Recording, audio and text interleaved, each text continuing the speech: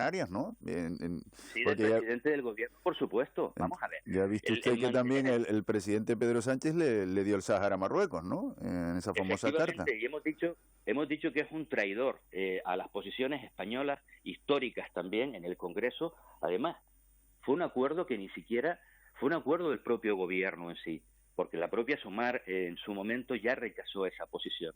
Y hemos dicho en el Parlamento que Pedro Sánchez traicionó las posiciones históricas de España. Y ahora lo ha hecho Clavijo con Canarias, que para mí tiene una gravedad adicional por nuestra situación geográfica, por nuestros lazos históricos, además con el Sáhara Occidental.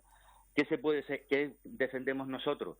Pues tú puedes tener relaciones comerciales, académicas y de todo tipo, como las tuvimos siempre, defendiendo claramente que se celebre el derecho de autodeterminación, que el pueblo saharaui pueda decidir sobre su propio territorio. Evidentemente, eso es lo que nosotros defendemos. Y se puede actuar de esa manera, se puede tener esas relaciones y se puede mantener esa posición. Por hacérselo en una pregunta concreta, porque nos quedan apenas unos segunditos, ¿usted no hubiera organizado entonces esta visita a Marruecos, por lo que veo? En este contexto, no. Hubiera mandado a los empresarios solos y a los rectores de la universidad, pero no hubiera ido como presidente. ¿Entiende? No. Bueno, ¿sabe lo que hubiera ocurrido si yo hubiera estado? Probablemente se podría haber hecho esta visita, porque nosotros jamás habríamos legitimado la posición marroquí ilegal sobre el Sáhara Occidental. Y por tanto yo puedo seguir defendiendo el derecho internacional y poder mantener relaciones de este tipo como se hicieron históricamente por parte de Canarias y Marruecos. Señor Esa es la Campo, diferencia entre Clavijo y nosotros. lo tenemos que dejar aquí. Llegamos a las 8 de la mañana. Gracias. Un saludo. Venga, un saludo. Muy buenos días. Cedemos ya el testigo a nuestros compañeros de Buenos Días Canarias, Isaac Tacoronte, Pilar Rumeo. ¿Qué tal? Muy buenos días. Buenos días, Estíbaliz Mayer. Buenos días, Canarias. Amanecemos pendientes de las costas de nuestro archipiélago porque el gobierno canario ha declarado la alerta por fenómenos costeros.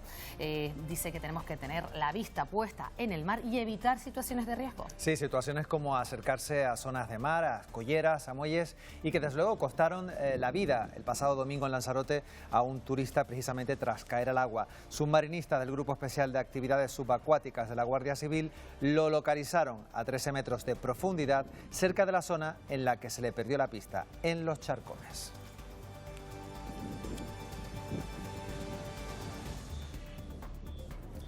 Hoy es miércoles 28 de enero, comenzamos.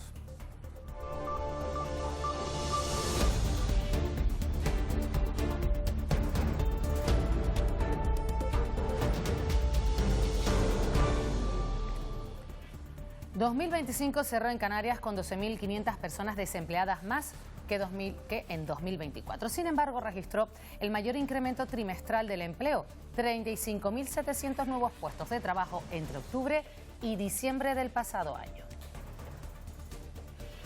Y el Gobierno aprueba la regularización extraordinaria de más de 500.000 de migrantes que ya viven en España. El Consejo de Ministros ha dado luz verde a esa medida pactada con Podemos. Las regularizaciones de inmigrantes sin papeles se van a tramitar en 15 días y se podrán presentar solicitudes entre abril y junio. Sobre esta regularización se ha pronunciado el presidente de Canarias, Fernando Clavijo. Desde Agadir señala que es positivo. Concluye la visita oficial del Gobierno de Canarias a Marruecos, en la que se han firmado decenas de convenios con sectores estratégicos. El objetivo de descarbonizar el sistema eléctrico en Canarias antes de 2040 podría estar en peligro. El parón en la legislación estatal está provocando que las empresas eléctricas dejen de tener interés para instalarse en Canarias. Se pierde así una oportunidad de diversificar la economía de las islas. Conocemos que será noticia este miércoles. Cuéntanos, Eva Trujillo. Pues a las 10 de la mañana está previsto que la ministra de Defensa, Margarita Robles, esté en las islas para entregar las condecoraciones al personal perteneciente a la Brigada Canarias 16, militares que el pasado mes de mayo en 2025 concluían su misión internacional en el Líbano y también fueron los encargados de asistir a los damnificados en Valencia por la Dana. El Parlamento de Canarias acogerá la sesión plenaria de la Conferencia de Asambleas Legislativas Regionales de Europa, un foro que agrupa a los parlamentos regionales europeos, que en la actualidad está presidido por la presidenta de la Cámara Autonómica, Astrid Pérez, en un momento clave de cooperación institucional europea. Y hoy también conoceremos los datos del informe anual de personas desaparecidas en España, que ronda las 6.600 personas en 2025, siendo Canarias la comunidad autónoma donde más desapariciones se denunciaron en nuestro país. Y les contamos ahora una última hora. Precaución si tienen que circular por la TF1, un vehículo ha volcado a la altura de Caletillas, en el municipio de Candelaria, y los servicios de emergencia están actuando ahora mismo en ese lugar. Nos informan que no hay heridos, pero sí que está afectando bastante a todos los carriles en dirección a Santa Cruz de Tenerife, con importantes retenciones que llegan ya hasta el municipio de Güímar.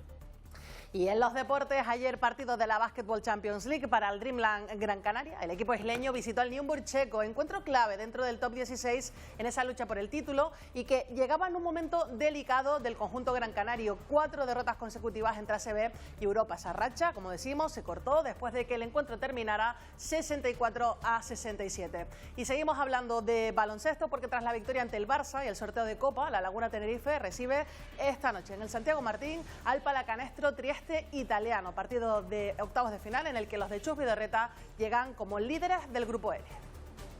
Nos vamos hasta Fuerteventura para ver cómo amanece, la imagen que nos llega en directo desde Gran Tarajal, en el municipio de Tuineje.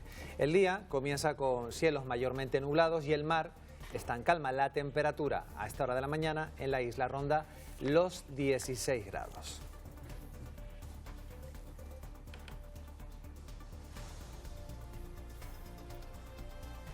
Bueno, se lo contamos hace unos minutos. El gobierno canario advierte del oleaje en nuestras costas, pide tener precaución. Vicky Palma, se ha declarado la alerta por fenómenos costeros. Buenos días, Pilar. Buenos días, Isaac. Buenos días, Canarias. Pues sí, tenemos alerta por mal estado del mar. No lo veíamos en directo en Gran Tarajal porque ahí sí que el mar se mantiene en calma. En las costas del este y del sureste, sobre todo en Lanzarote de Fuerteventura y ya sureste de Gran Canaria, de Tenerife, de La Gomera, del Hierro y aparte del sureste de la isla de La Palma, sí que va a tener el mar relativamente tranquilo. Las costas abiertas al norte y en las del oeste, olas de 4 o 5 metros de altura. Las olas realmente puede haber series superando esos 5 metros de altura. De hecho, a esta hora ya había saltos de agua en la avenida marítima en el municipio de Garachico, en el norte de la isla de Tenerife. Se estaba cortando en estos momentos ese acceso. Y bueno, hoy vamos a tener una jornada con mala mar, con temperaturas algo más llevaderas que en jornadas anteriores. Se nota a esta hora de la mañana, las mínimas no son tan bajas como en días anteriores. Alguna máxima hoy puede llegar a los 24 grados. Ha habido algunas precipitaciones de madrugada de carácter débil en el oeste de La Palma, en el oeste de La Gomera, en la isla de Lanzarote. Esas precipitaciones desaparecerán, tendremos horas de sol y también vamos a ver nubes en cantidades variables a lo largo de las próximas horas. Hoy vientos de componente oeste flojos en general, aumentando a moderados en zonas altas y de cumbres en las islas de mayor relieve, también algunos puntos de Lanzarote y de Fuerteventura.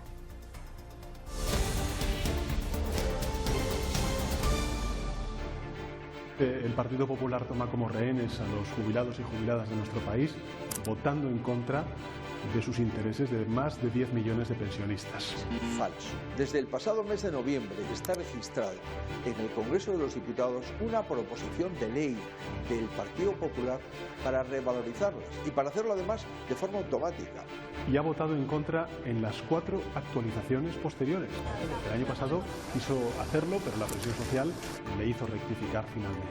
Hoy mismo hemos vuelto a registrar la misma iniciativa para garantizar la revalorización automática de las pensiones.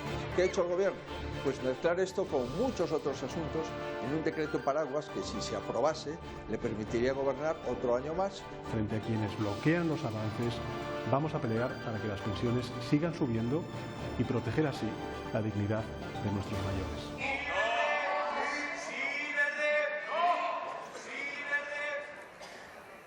Vamos a repasar ya las portadas que nos deja este miércoles y comenzamos y lo hacemos por Canarias 7. La imagen es para ese acuerdo. Canarias y Marruecos estudian abrir conexiones marítimas, ese viaje que ha realizado el presidente de Canarias hasta Agadir. Y en destacado, la creación de empleo siguió en 2025, pero bajó el ritmo y no se recortó la tasa de paro. En el día destaca este titular: la regularización masiva alcanza 30.000 migrantes en Canarias y fotografía para Madrifusión. Regusto tinerfeño en las mesas castizas. Vamos ahora con la provincia en imagen. Para la ópera Coquemaya revive el clásico de Brecht. El músico protagoniza la ópera de los 3 centavos. Y en destacado, presupuestos de Las Palmas de Gran Canaria para el año que viene. Darias aprueba 559 millones sin más deudas. El diario de Avisos lleva a primera una de las noticias del día. Hasta 40.000 migrantes se podrían beneficiar de la regularización del gobierno en el archipiélago. Recordamos, el Consejo de Ministros aprobó la medida que apoya a Clavijo al ver razonable brindar la oportunidad de una vida digna a estas personas y de contribuir al progreso del país. Repaso a la prensa nacional. Comenzamos con el periódico El Mundo. Entrevista a Carlos Castillo, que es interventor del Irio accidentado. Asegura, entrecomillado, tenemos miedo de subirnos a los trenes. Dice, esa es la realidad. Y en destacado, el pagador de Zapatero cobraba del rescate de Plus Ultra. El País lleva a primera, el paro baja de la barrera del 10% por primera vez en 17 años. Y fotografía para Pedro Sánchez y Óscar Puente ayer en el Congreso, y debajo este titular: el tramo de Adamuz tenía otras 15 soldaduras como la que colapsó. Vamos a ver cómo está la situación del tráfico hasta hora de la mañana. Comenzamos en Tenerife. Van a ver la TF5. A la altura de Somosierra, es la entrada norte a la capital, y hasta ahora pueden contemplar el tráfico fluido tanto a la entrada como a la salida de Santa Cruz. Precaución, eso sí, sí tiene que circular por la TF1 porque un vehículo ha volcado a la altura de Las Caletillas, en el municipio de Candelaria, y está generando importantes retenciones que ya llegan hasta el municipio de Güímar. Y esta que vemos es la Gran Canaria 1 a la altura de Hoya de la Plata. El tráfico, ya lo están viendo en este punto a esta hora de la mañana, es bastante denso a la entrada de la capital y eso sí un poco más fluido a la salida de Las Palmas de Gran Canaria.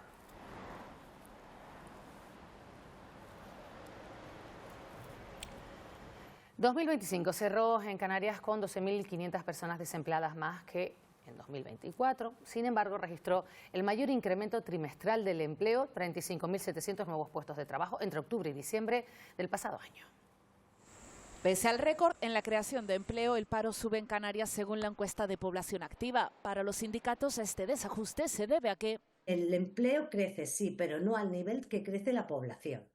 Estamos un poco en un momento de atascamiento en la generación de empleo. El problema está en que la calidad del empleo pues no es lo bueno que nosotros pues exigimos o demandamos. Para la patronal los datos no son ni buenos. Se destruye empleo en lo que es la fuente más importante del sector privado, que es turismo, comercio, transporte. Ni malos. Seguimos creando autónomos, 7.000 y pico autónomos nuevos según la EPA. El gobierno de Canarias valora estos datos de manera positiva. Tenemos cifras récord en el número de empleados, en el número de ocupados que tenemos en el archipiélago, por encima del 1.000.000 de personas. Y destacan el paro juvenil. Está por debajo de la media nacional, alcanzando en torno al 19,4%. Estos son datos que soñábamos. El número de menores de 25 años en paro en Canarias se redujo en 12.100 personas en el último trimestre del año. Ha concluido ya la visita oficial del Gobierno de Canarias a Marruecos con la firma de importantes convenios en sectores estratégicos. Allí el presidente Clavijo se ha pronunciado sobre la regularización de 500.000 de migrantes. Dice que Coalición Canaria votará a favor porque no se les puede dejar en desamparo, pero lamenta, eso sí, la falta de diálogo previo. Más de 60 reuniones y la firma de más de 10 convenios para posicionar al archipiélago como pieza clave del Atlántico Medio. Ese es el balance tras la visita a Agadir. Se están tendiendo esos puentes precisamente para dejar de hablar de que Canarias es una oportunidad del Atlántico Medio entre continentes, África, Europa y América, para convertirlo en una realidad. En este viaje oficial se ha puesto también interés en conocer los avances en investigación del país vecino y en la presencia de empresas canarias en el puerto de Agadir. Además, Clavijo ha hablado de lo positivo de la medida aprobada este martes por el Consejo de Ministros para regularizar a las personas migrantes en situación administrativa irregular. Eso sí, aclara que desconoce el contenido del texto aprobado y que hubiese preferido que se llevase a cabo con mayor consenso político. Lo que tenemos es que darle esa oportunidad de una vida digna y esa oportunidad también de contribuir con sus cotizaciones y con su trabajo al progreso de nuestro país. El próximo mes de abril, una delegación de Agadir visitará el archipiélago con el objetivo de seguir uniendo lazos. El presidente canario se ha referido en esta crónica a una de las noticias de estos días, el anuncio del Gobierno de España de un decreto que supondrá la regularización extraordinaria de más de medio millón de migrantes que ya viven en nuestro país. Las regularizaciones de inmigrantes sin papeles se tramitarán en 15 días y se podrán presentar solicitudes entre abril y junio. Hoy es un día histórico para nuestro país. Estamos reforzando un modelo migratorio basado en derechos humanos, en integración, en convivencia y compatible con el crecimiento económico y con la cohesión social. Muchos migrantes y colectivos sociales celebran hoy la regularización del gobierno. Farba es uno de ellos. Senegalés de origen, llegó a Tenerife hace más de un año y medio en busca de una segunda oportunidad que hoy se hace realidad. Estoy muy contento por la iniciativa del gobierno, porque es una oportunidad que nos dan a los migrantes para conseguir los papeles y poder trabajar. Lleva más de un año visitando el Centro de las Raíces en Tenerife, donde vende a 50 céntimos café africano tuba, a otros que, como él, eligieron el camino más difícil. Hoy el café es gratis porque es un día feliz para ellos. Si consigo los papeles, quiero aprender el español, conseguir un trabajo y seguir con la vida. A sus 31 años, Farba asegura que la vida le sonríe porque podrá quedarse en Tenerife, donde quiere abrir su propio negocio de costura para ayudar a su familia que vive en Senegal. Estoy muy feliz porque una nueva oportunidad. Precisamente para que conozca sobre el terreno la situación de los migrantes en la isla, el Cabildo Herreño ha invitado oficialmente al Papa León XIV a visitar la isla. Desde junio del año 2023, la Restinga se ha convertido en la mayor puerta de entrada a Europa de migrantes procedentes del continente africano. En la misiva se expone la compleja situación humanitaria de las miles de personas que huyen de sus hogares por conflictos armados, pobreza o persecución.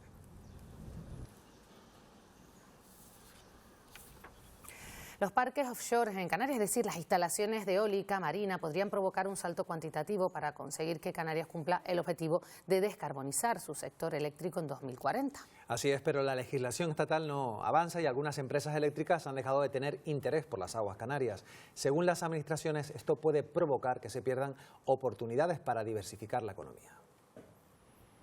Canarias está a la espera de la aprobación del marco regulatorio de los parques eólicos marinos, que debería haberse aprobado hace 10 meses. Estamos acumulando unos retrasos que creo que son absolutamente inaceptables, que están espantando también a los promotores. En aquello en lo que se había invertido dinero se va a desinvertir.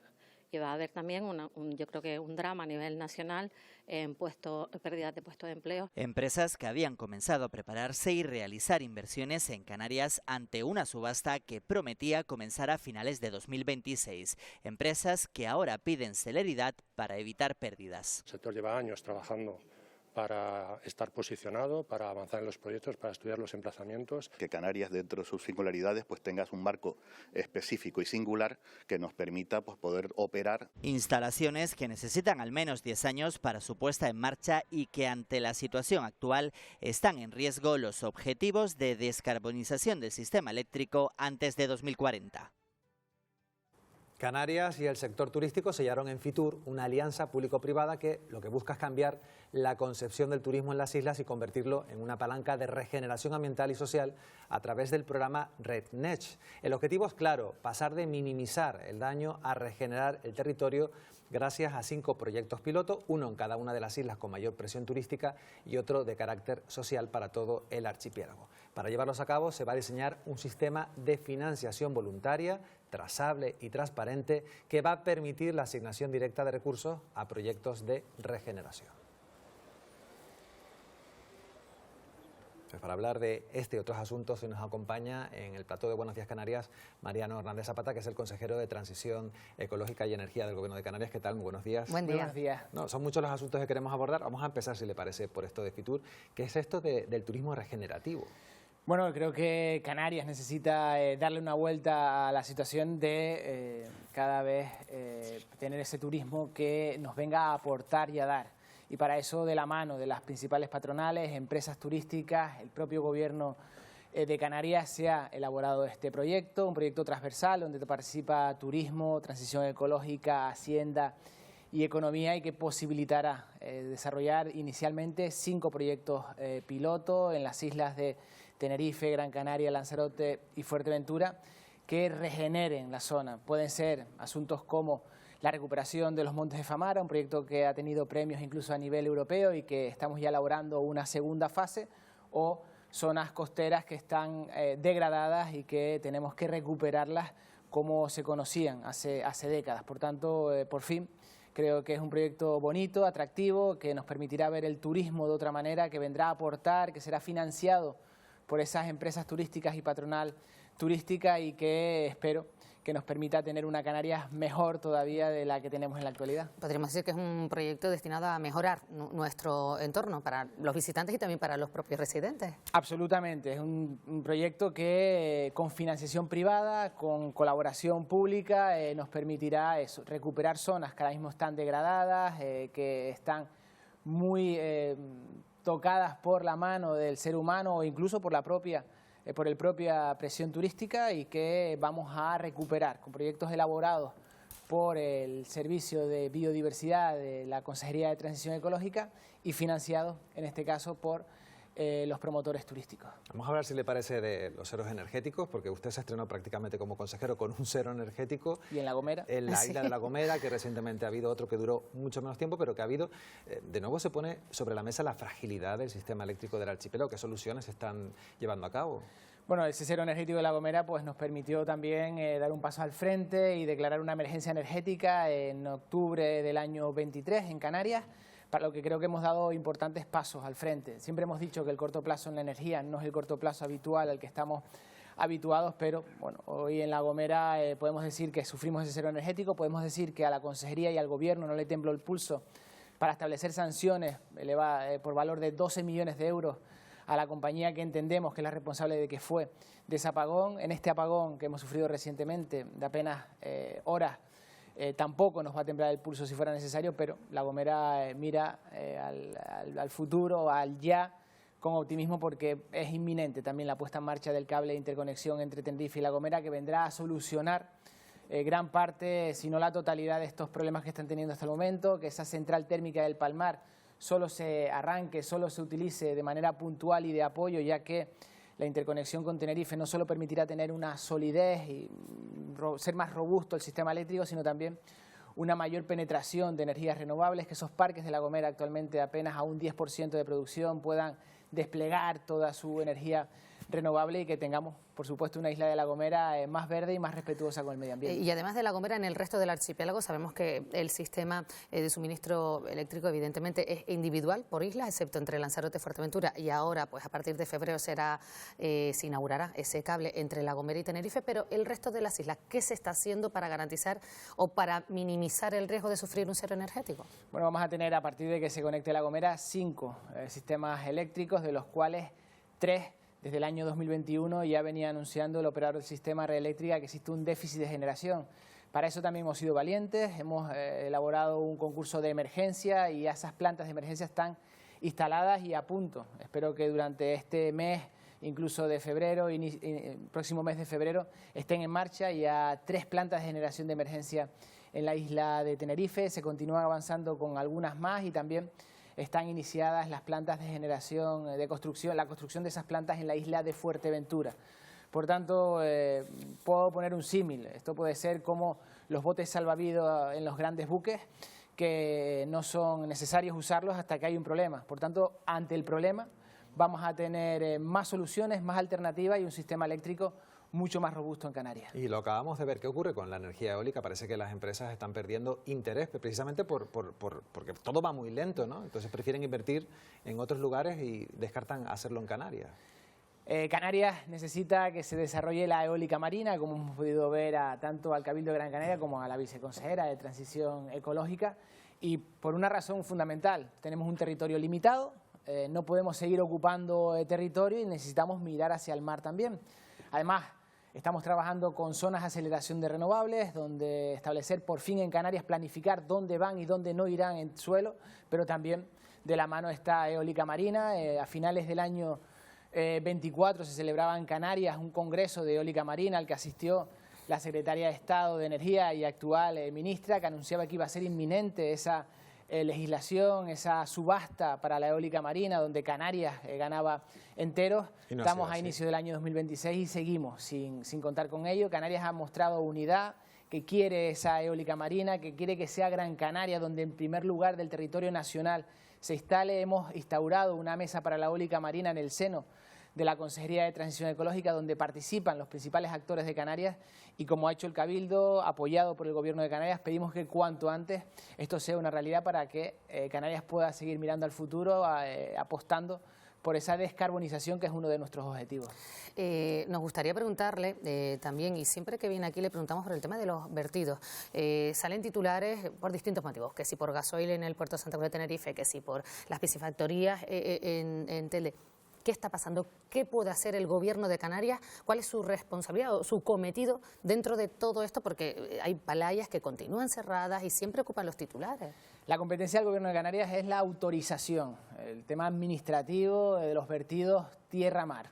No nos hemos querido quedar ahí, lo que estamos haciendo es dar apoyo técnico a los principales vertidos que actualmente no están autorizados en Canarias, y estamos yendo de la mano de las administraciones locales, que son normalmente los competentes en tener en orden, al día, estos vertidos. Asuntos como el del puerto de Santa Cruz recientemente, que se ha quedado inicialmente, me parece que controlado, o el de Telde. Hemos actuado con rapidez, con eficacia, y hemos puesto a disposición toda la documentación a las autoridades competentes. Lo que esperamos es que cuanto antes esto se dilucide por parte, en el caso de Telde, por parte del informe del Seprona, que es el que llevamos esperando desde hace tiempo, pero la Consejería ha actuado con diligencia, rapidez, estando en el momento preciso cuando teníamos que estar, e informando puntualmente a cada una de las administraciones implicadas para que mejoren y avancen, y ofreciéndole toda nuestra capacidad técnica para esas mejoras. Nos quedamos sin tiempo, pero antes nos gustaría quizás terminar con una noticia un poco amable, desde luego, que es esa prórroga de la bonificación del combustible para las islas no capitalinas. ¿Durante cuánto tiempo va a ser esa prórroga? Y sobre todo que beneficia a todos los canarios, a las personas que viven en esas islas llamadas menores. Bueno, yo quiero sobre todo poner en la mesa el trabajo que ha hecho la Consejería de Hacienda en este caso, asegurando que esa bonificación, por lo menos durante el año 2026, va a seguir vigente porque está en las cuentas autonómicas, y que para el caso de las islas no capitalinas supone oxígeno, supone capacidad de intentar igualarnos en oportunidades con las islas capitalinas, y para los que somos de islas no capitalinas es una excelente noticia que nos equipara y que nos iguala al resto de Canarias, y no tenemos una Canarias de dos velocidades. Muy bien, pues bueno, Mariano Hernández, consejero de Transición Ecológica y Energía, gracias por atendernos, gracias por venir hoy al Buenos Días Canarias. Muchísimas gracias. Buen día. Nosotros vamos a continuar hablando de turismo, porque La Gomera pide, en concreto, menos visitantes y más facturación en un modelo que priorice la excelencia en el destino frente al turismo de masas y de otras islas. Tras el escaparate de Fitur 2026, el presidente de La Gomera, Casimiro Curbelo, pide un turismo de mayor calidad en el que se priorice la sostenibilidad y la excelencia en destino. Todo ello frente al turismo de masas que prevalece en otras islas. En el caso canario, el gasto de turista por turista y día fue de 188 euros. Tenemos que incrementarlo a 400, si fuera posible. Por su parte, vecinos y turistas de la isla ven la situación insostenible. Es una cuestión de superficie, que no podemos acoger millones de personas estando midiendo 450 kilómetros cuadrados. No puede ser. Si tú quieres ser un turista, tú necesitas la gana de descubrir nuevos lugares, pero también tú necesitas el dinero, así que... El sector servicios también piden que el turismo gaste más. Lo ideal sería eso, menos turistas, menos turismo y que gasten más. Entre tanto, La Gomera continúa esperando un cambio de modelo que alivie la presión turística. Bueno, pues a continuación vamos a hablar sobre la ecotasa que se ha instalado en varios senderos en el Parque Nacional del Teide. Y para hacerlo nos acompañan distintas personas. Por un lado tenemos a Enrique Morales, que es presidente de la Federación Tinerfeña de Montañismo. ¿Qué tal? Muy buenos días. Buenos días. También está con nosotros José Carlos Herrero, guía del Parque Nacional del Teide. Buenos días. ¿Qué tal? Muy buenos días. Y también está aquí en el plató con nosotros el director insular de Medio Ambiente del Cabildo de Tenerife. ¿Qué tal? Muy buenos días, Pedro Millán. Y al otro lado lo vemos que también nos acompaña, está Eugenio Reyes, portavoz de BENMAJEC. ¿Qué tal? Muy buenos días.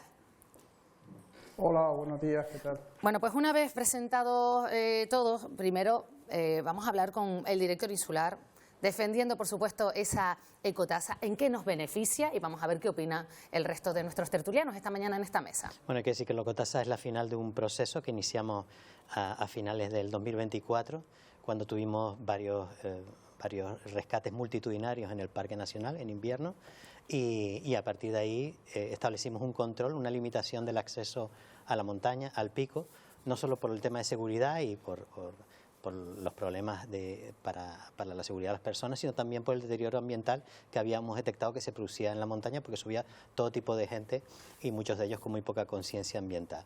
Y este es el siguiente paso, que es establecer un pago por servicios, que no es un pago por el acceso, sino es un pago por los servicios adicionales que estamos prestando para mejorar tanto la seguridad de las personas como la conservación de un espacio absolutamente referente, no solo para la isla de Tenerife, sino para toda Canarias. Yo no sé si en el caso de Eugenio Reyes, que es el portavoz de BENMAJEC, pues esta ecotasa, si les parece adecuada o si cree a lo mejor que era necesario un consenso social antes de haberla implementado. Bueno, realmente no es una ecotasa, es simplemente un pago por servicios y eso prácticamente es un fraude de ley. Yo entiendo que es una medida que puede tener algunos aspectos beneficiosos en esa zona concreta, pero no tiene nada que ver con una ecotasa. O sea, pagar por un servicio nuevo, sabiendo que en la ley básica de parques nacionales hay un artículo muy claro que se prohíbe cobrar para entrar a los parques nacionales, es prácticamente un timo. Yo creo que hay que ser más ambiciosos, más responsables, y la ecotasa tiene que ver, como se aplica en el resto del mundo, no por acceder a un espacio natural, sino por venir a residir. O sea, el turista tira del váter, usa el alcantarillado, usa la vía pública, reside en Canarias y no paga impuestos cuando está residiendo. En cualquier destino del mundo se paga una tasa por residir 1, 2, 3 días, que es lo que realmente tiene impacto global en toda la dinámica social y económica de las islas, ¿no?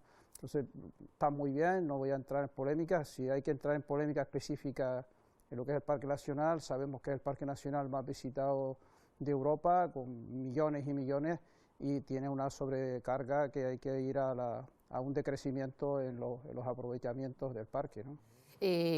José Carlos, como guía turístico del Teide, ¿cómo ve la ecotasa? Porque los guías turísticos siempre apuestan más por una educación ambiental, pero sería una prevención, pero ya visto lo visto, ¿se toman este tipo de medidas? Bueno, era algo previsible y como decimos nosotros, el Teide era un enfermo que había que meterlo en quirófano y había que abrirlo. Y esta es una de las medidas que evidentemente no a todo el mundo le va a agradar, pero sí que es una primera medida que tomamos de manera positiva, entre comillas, porque desde el punto de vista de la seguridad nosotros nos encontramos a veces arriba cosas inverosímiles y difíciles. Pues muchísima gente sin la equipación adecuada. Muchas veces los guías de montaña, como es mi caso, tenemos que actuar como primeros intervinientes en la hora de los rescates, y ahora pues hay un control más específico gracias al personal que hay en el sendero, y se evita un poco pues ese tipo de cosas. Las otras cosas derivadas de la ecotasa pues ya le iremos viendo con el tiempo, ensayo, error, y hay que tener un poco de paciencia, creo. Y Enrique, y los montañistas, porque también han dicho muy bien, pero nosotros, por ejemplo, estamos federados, pues no deberíamos de tener que pagar esa tasa, ¿no? Bueno, por ahí va un poco los tiros, ¿no? El posicionamiento de entrada de la Federación Canaria de Deporte de Montaña, FECAMON, alineada con su Federación Nacional, es el acceso libre y gratuito al medio natural de la montaña. ¿Cuál es la realidad? La realidad es los porcentajes y la visita, el tipo de visita que se realiza en el Parque Nacional. Es claramente turística y esta tasa lo que ha hecho en principio es no discriminar y meternos a todos en la misma bolsa, ¿no? Lo que se pretende de la Federación es que se tenga en cuenta el deporte federado, que es una práctica responsable y que de alguna manera no representan los problemas que dice el compañero de inseguridad y demás, porque son deportistas federados y formados. ¿Toma nota el Cabildo de Tenerife de estas sugerencias y críticas? A mí me gustaría decir una cosa, porque sí hubo consenso social en la adopción de esta decisión, porque esto fue aprobado por el patronato del Parque Nacional del Teide, donde está representado no solo las administraciones públicas que tienen que ver con su gestión, sino también están los representantes de los grupos ecologistas, que por supuesto votaron a favor cuando se presentó. También había un representante de FECAMON, que también planteó algunas, pero no votó en contra. Y también un representante de las asociaciones profesionales de turismo que trabajan en el Parque Nacional, que también no se manifestó en contra. Quiero decir que esto se ha debatido mucho y evidentemente ahora estamos en la prueba de como decía José Carlos, de ensayo y error, que estamos aplicando algo que nunca se había hecho en Canarias ni en España. Tenemos una montaña, una gran montaña controlada y vigilada 24 horas, 365 días al año y con un coste importante para las arcas públicas.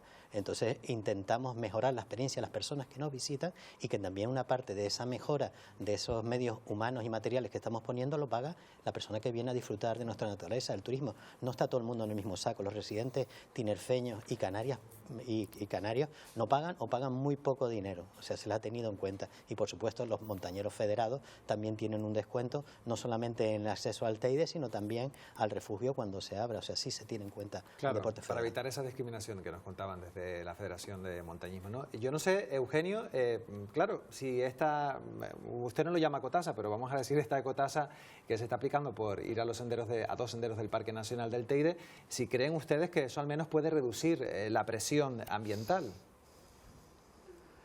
Bueno, la presión en el espacio viene determinada por el planeamiento.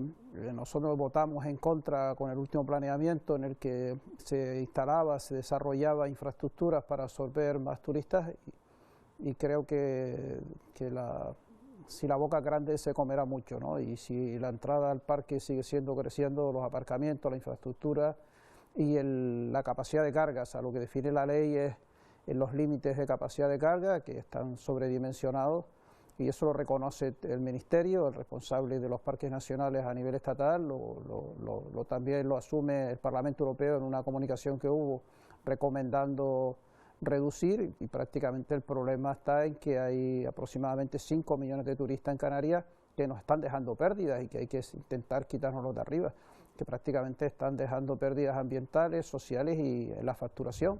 Antes oíamos al presidente del Cabildo de La Gomera hablar de 180 euros de promedio. Eso quiere decir que hay turistas que están dejando 2, 3, 4 para que otros dejen 400 y ese promedio de 180. O sea, esa franja por debajo tenemos que empezar a plantearnos una estrategia de quitarnos casi... Hay 5 millones de turistas que están dejando pérdida en Canarias, ahí están los estudios. Lo demás son parches y claramente estamos hablando de pagar por un servicio nuevo que hay que prestar. Por consiguiente, eso no garantiza ni la seguridad ni mejora los servicios generales que habrá que seguirlo pagando por la administración pública, porque ese dinero que se paga por un servicio lo cobrará una empresa que facturará, o sea que entrada pública de ingresos y gastos cero, o sea que al final no.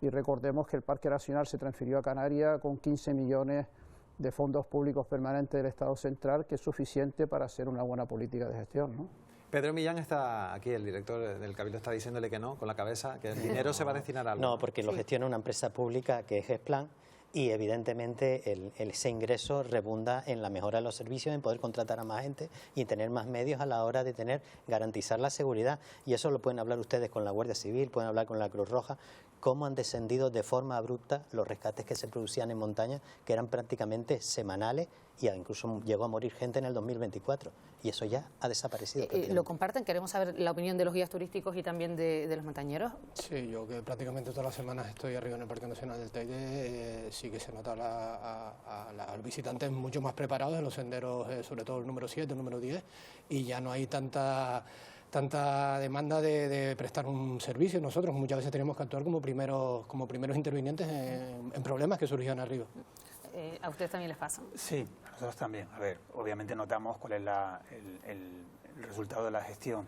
También tengo que decir que en estos números que daba ahora el director general nunca estuvieron los deportistas federados de montaña. Nosotros tenemos un dato y tenemos una forma de comprobarlo que es irrefutable, y es el uso de nuestro seguro deportivo. No tenemos incidencias, no hemos tenido tradicionalmente incidencias por parte de montañeros federados en el uso en el Parque Nacional del Teide, ¿no? De ahí es un poco donde nosotros nos reivindicamos en esa exención de tasas o de cobros, o llámenlo como quieran, con respecto a la práctica deportiva federada, ¿no? O sea, no somos el elemento distorsionador. Y si consideran que debería haber, no sé si lo va a haber, me lo corrige el director del Cabildo de Tenerife, un portal donde se pueda indicar ese dinero, porque la presidenta del Cabildo nos comentaba precisamente aquí en este programa lo que se había recaudado en un día, que iba a ir destinado precisamente para mejorar, para mayor conservación del espacio, para contar con más vigilancia. ¿Creen que es importante que exista un portal de transparencia donde se diga dónde va ese dinero, cuántas personas han contratado, por ejemplo? Sin duda, si ese es el motivo de fondo, vamos a cobrar algo para destinarlo a algo, claro, en aras de la transparencia eso debería quedar claramente esbozado. Yo digo que por supuesto, yo creo que en los últimos años lo que se puede demostrar es que el Cabildo es transparente completamente y está informando continuamente de lo que se hace en los espacios naturales, en qué se emplea, en qué se mejora, en todo lo que podamos transmitir a la población, porque la población tiene que ser un aliado, no puede ser un adversario, y aquí las personas que están representan a dos colectivos importantísimos. Los montañeros nunca han sido el problema, los guías profesionales tampoco, y hemos tenido reuniones con los representantes de estos colectivos continuas, y hemos mejorado cosas que cuando ponemos algo por primera vez en funcionamiento se cometen errores, y eso es lo que estamos intentando. Estamos tomando medidas valientes que nunca se habían tomado, no solamente en Canarias, sino en ninguna parte de España, y evidentemente tenemos la capacidad de corregirlo cuando detectamos que algo no funciona bien, y ellos son colaboradores en este proceso y esperamos que toda la sociedad lo sea. Nos quedamos ya sin tiempo. Muchísimas gracias a todos ustedes por habernos dado pues su visión sobre esta ecotasa. Queremos saber las diferentes posturas, ponerlas sobre la mesa y que ya el público pues saque sus propias conclusiones. Pedro Millán, director insular del Medio Natural del Cabildo de Tenerife, gracias por acompañarnos. También Enrique Morales, presidente de la Federación Tinerfeña de Montañismo, José Carlos Marrero, guía turístico del Teide, y Eugenio Reyes, portavoz de Eben Majek. Gracias por atendernos también. Muchas gracias, muchas gracias. Bueno, pues gracias a todos y que tengan todos un buen día. Nosotros conectamos a esta hora de la mañana con Eva porque estamos atentos a un caso particular de desalojo, concretamente en la isla de La Palma. Sí, ahí el Cabildo, Pilar, trabaja para convencer y si no, tener que desalojar a un residente del centro de mayores de la Dehesa. Hoy en Buenos Días Canarias vamos a estar allí en directo. Él se niega a abandonar su habitación para que puedan comenzar unas obras de reforma del edificio para crear, con el objetivo de crear, pues nuevas plazas sociosanitarias. El resto de personas que ocupaban habitaciones en las plantas que se tenían que arreglar sí que han sido ya reubicadas, menos, como decimos, este residente que se niega en rotundo. La mayoría teníamos nevera, una cocinilla, una bicicleta estática, una cinta corredora, un escritorio con ordenador, las televisiones, por cierto, que nos falten. Eso todo nos lo quitan. Tienen una resolución por escrito, sus plazas están garantizadas. Estamos hablando que cambiamos de infraestructura con carácter temporal. Nadie va a ir a la calle, tienen un techo garantizado. Y a las 10 de la mañana acudiremos al Parlamento de Canarias porque se va a constituir una comisión de estudio para analizar la pobreza infantil en el archipiélago, una problemática en un contexto donde ya afecta a más del 40% de la población infantil. Santa Cruz de Tenerife ha rendido homenaje al político canario José Murphy, que contribuyó a la designación de la ciudad como capital de Canarias. Es el 204 aniversario de dicha designación, un hito histórico que tuvo lugar en 1822. Con motivo de esta efeméride se ha realizado una ofrenda floral en su honor. Santa Cruz fue nombrada capital única de las Islas Canarias y así estuvimos más de 100 años. Y eso se debió a la figura de José Murphy, una persona indispensable en la historia de nuestra ciudad. Le costó mucho porque, claro, otros diputados canarios apostaban por La Laguna o por las Palmas de Gran Canaria y al final consiguió que el dictamen final fuese ese, que Santa Cruz fuera la primera y única capital que ha habido de la provincia de Canarias. En la crónica nacional, el Gobierno tramita una petición de indulto para el exfiscal general del Estado, Álvaro García Ortiz, después de que 2 particulares hayan solicitado su indulto total, tras ser condenado, recuerdan, a 2 años de inhabilitación por revelación de secretos. El Ministerio de Justicia ya ha instado al Supremo a que emita su informe. Prisión sin fianza para el hombre que confesó haber matado a un menor de 13 años, amigo de su hijo, mientras jugaban en su vivienda. Falleció herido por diversos cortes con un cuchillo. Ha ocurrido en Valencia. Un grupo de familiares del niño fallecido se abalanzaron con golpes y gritos de asesino contra el furgón policial tras salir de los juzgados. Y 10 días después del accidente de Adamuz, que le costó la vida a 45 personas, se siguen investigando las causas. El Gobierno ha fijado una indemnización de 210.000 euros por fallecido y en el caso de los heridos varían desde los 2.400 euros hasta los más de 84.000 en los casos de lesiones de máxima gravedad. Ayudas que serán inmediatas y que van a suponer 20 millones de euros en total. Y han denunciado al Servicio Vasco de Salud por haber administrado vacunas caducadas a más de 250 niños, la mayoría bebés. Durante casi 3 meses, estos menores han permanecido sin defensas ante el riesgo de infección de hasta 6 enfermedades, como la tosferina o la hepatitis B. El Gobierno vasco ha dicho que es un error y pide calma a las familias, asegurando que no supone ningún riesgo para la salud y que todos los casos están ya identificados. Bueno, antes de terminar, les contamos que anoche llegaba una patera por sus propios medios a la isla del Hierro, con casi 100 personas a bordo. Todos fueron asistidos en el propio puerto, 4 de ellos con sintomatología leve, pero ninguno ha necesitado ser trasladado. Isaac. Nuevos reproches entre gobierno y oposición tras votar que no a la subida de las pensiones en el Congreso. Sánchez ha dicho que Feijóo toma a los jubilados como rehenes. El Partido Popular toma como rehenes a los jubilados y jubiladas de nuestro país, votando en contra de sus intereses de más de 10 millones de pensionistas. Pero os puedo asegurar una cosa, frente a quienes bloquean los avances, vamos a pelear para que las pensiones sigan subiendo.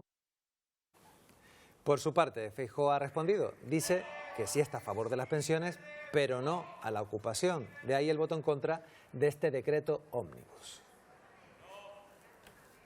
Hoy os está contando que el Partido Popular, junto con la mayoría de los grupos del Congreso, estamos en contra de subir las pensiones. Es falso. ¿Qué ha hecho el Gobierno? Pues mezclar esto con muchos otros asuntos en un decreto paraguas que, si se aprobase, le permitiría gobernar otro año más sin presupuestos generales del Estado.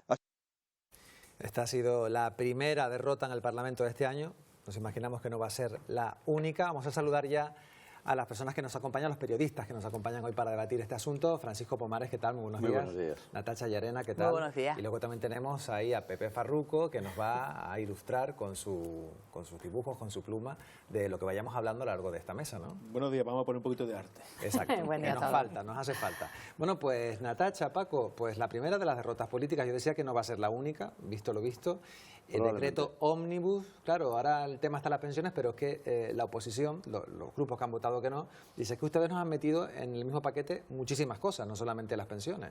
Bueno, hubo una advertencia previa del Partido Popular al Partido Socialista, a Pedro Sánchez, de que se votaría la actualización de las pensiones siempre y cuando se presentara como un proyecto autónomo, como un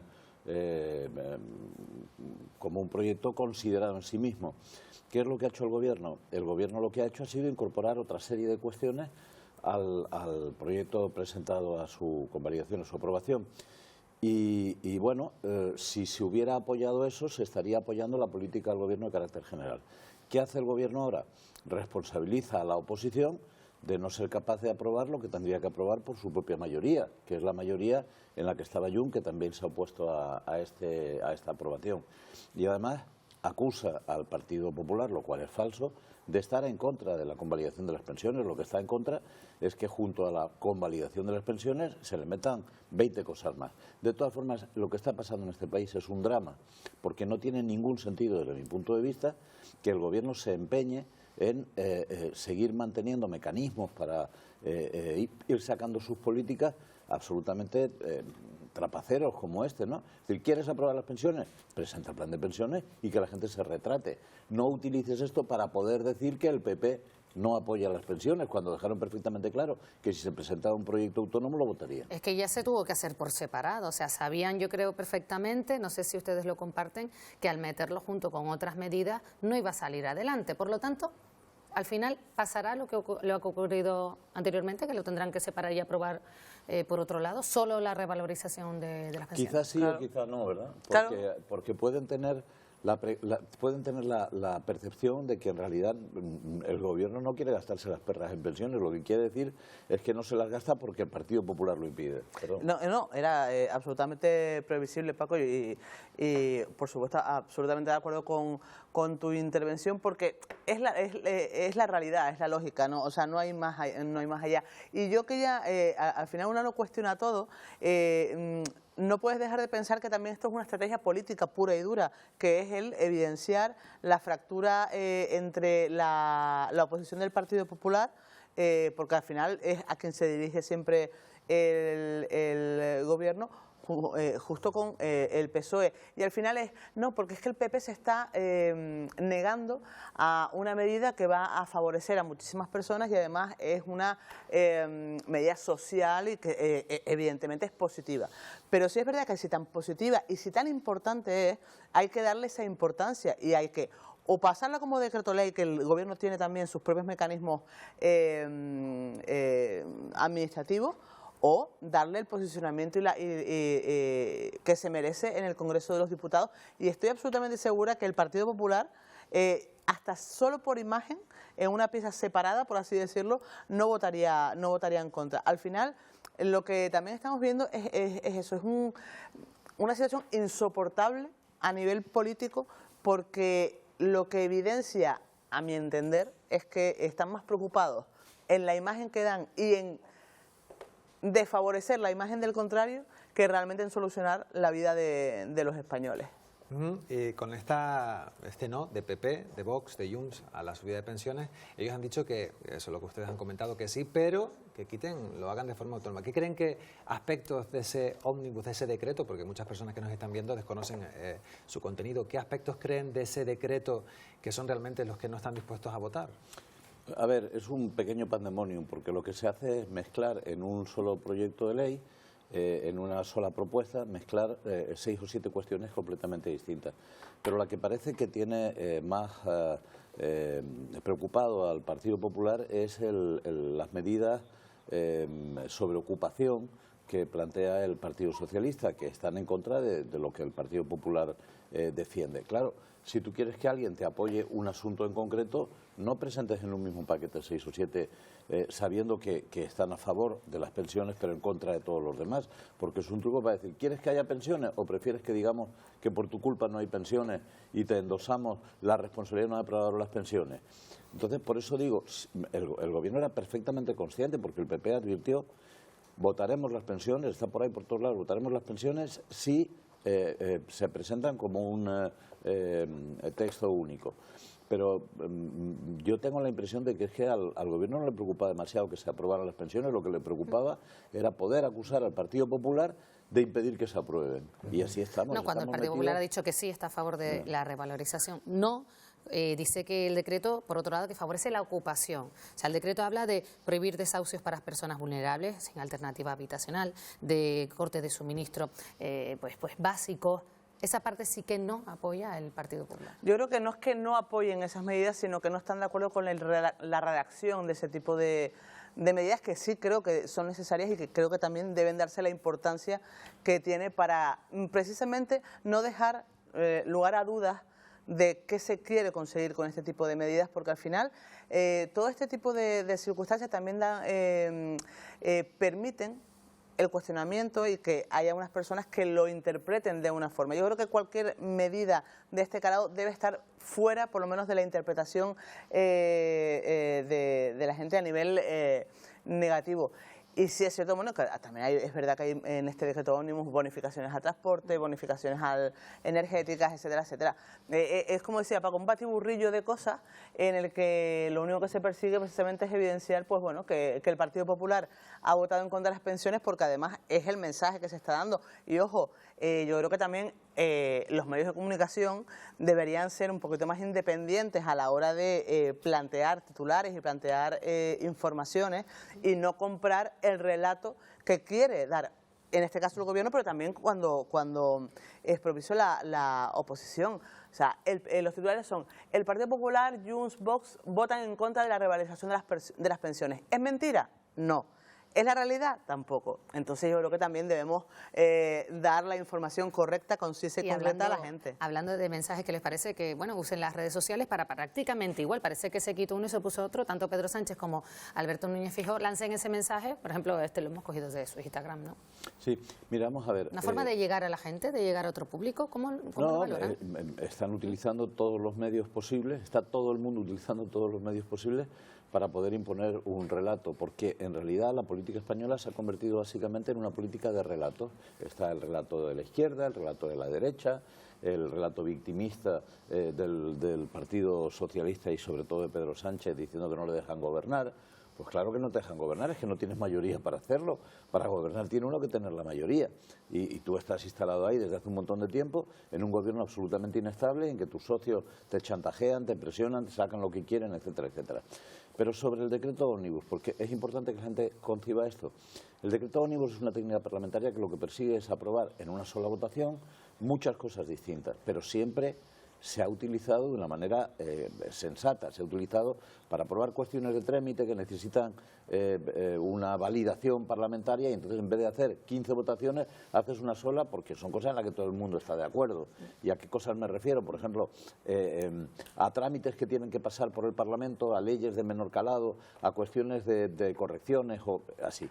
Lo que no se hace, lo que no se suele hacer es utilizar, bueno, este gobierno lleva haciéndolo desde el principio de la legislatura, un decreto ómnibus para meter en él cuestiones contradictorias que lo que hacen es colocar a la oposición entre la necesidad de tener que tragar votando una cosa con la que no está de acuerdo para sacar una cosa con la que está de acuerdo. Habrá que esperar de aquí a marzo, cuando han dicho que van a volver a llevar la iniciativa, ¿qué opciones? La llevarán por separado. ¿Qué opciones? Si realmente quieren aprobar las pensiones, la llevarán por separado. Es que no le queda otra opción. Los hemos escuchado y vamos a escuchar, pero a través del dibujo, cómo ha plasmado Farruko esta idea. Bueno, pues he puesto aquí a dos ancianos andando por la calle dando un paseíto, cogitos de la mano, y dice, una de ellas dice: ¿aún no se aprobó la revalorización de las pensiones? Y le responde: está más pendiente del aumento de las tensiones. Ese juego de palabras nos viene muy bien. Bueno, vamos a continuar, si les parece, hablando de Canarias y Marruecos, porque bueno, quieren relanzar sus conexiones marítimas, y es una de las apuestas que se han puesto de relieve en esa visita del presidente de Canarias a Agadir. Este martes concluyó la agenda en el puerto de Agadir, con varias reuniones para aumentar el tráfico, sobre todo de mercancías. La visita ha sido intensa y desde luego muy fructífera, ¿no? Hemos tenido pues más de 60 reuniones, se han firmado más de 10 convenios, culmina una etapa importante del trabajo que se ha venido haciendo en esta legislatura, pero empieza otra, ¿no?, que es una visita previsiblemente en abril, y muchos de ellos que ya han quedado a lo largo del mes de marzo en ya establecer viajes y conexiones para acabar de cerrar todos esos acuerdos. Bueno, pues sinceramente es una visita que valoran como muy fructífera, tanto, mira la cara de Natacha. Por parte del gobierno de Canarias, criticada, lo escuchamos esta mañana en la Radio Canaria por parte de Luis Campos, el líder de Nueva Canarias.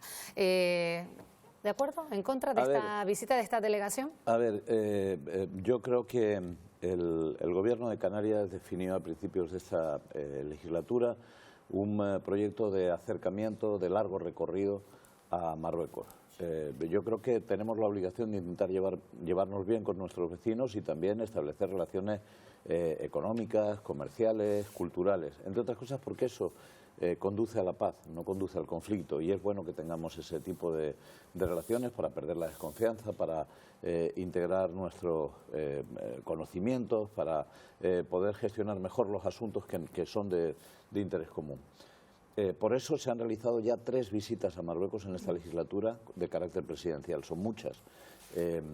todos los presidentes del Gobierno de Canarias, incluyendo los de Nueva, bueno, no era Nueva Canarias, era Coalición Canaria entonces, pero Román Rodríguez también visitó Marruecos y se reunió con los jerarcas de Marruecos y incluso hay una foto fantástica, muy divertida, ¿no?, en la que le regalan un puñal de estos que utilizan los marroquíes y se lo coloca en el cinto y tal. Es decir, hay que reconocer que esto forma parte de la política tradicional de los gobiernos de Canarias. ¿Qué es lo que sucede? Lo que sucede es que en estos momentos cualquier acercamiento a Marruecos implica un reconocimiento de una situación que muchos consideramos que es injusta, ¿no?, que es la situación del cambio de política que se ha producido en el conjunto de la comunidad internacional, no ha sido solamente España, en relación con la autodeterminación del Sáhara.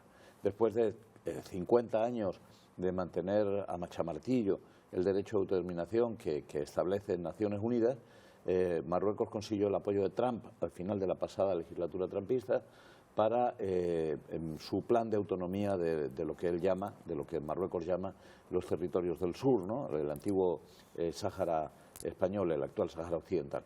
¿Y qué ha sucedido? Lo que ha sucedido es que paulatinamente la mayor parte de los gobiernos europeos, de una forma o de otra, se han ido sumando a esa legitimación. Sin embargo, Marruecos no ha dado ni un paso en dirección a esa autonomía que ofrece como alternativa, que es otro de los asuntos que convendría tratar. La visita canaria a Marruecos en este contexto pues tiene luces y sombras. ¿Por qué? Porque Marruecos utiliza absolutamente cualquier, cualquier encuentro, cualquier recorrido institucional, cualquier cosa para integrarlo en su percepción o en su proyección de que se ha reconocido ya la soberanía marroquí sobre el Sáhara. Y ese es el único problema real que tiene esta visita. Por lo demás, todo lo que se haya conseguido forma parte de la tradición en Canarias de intentar tener una política de buena vecindad con Marruecos.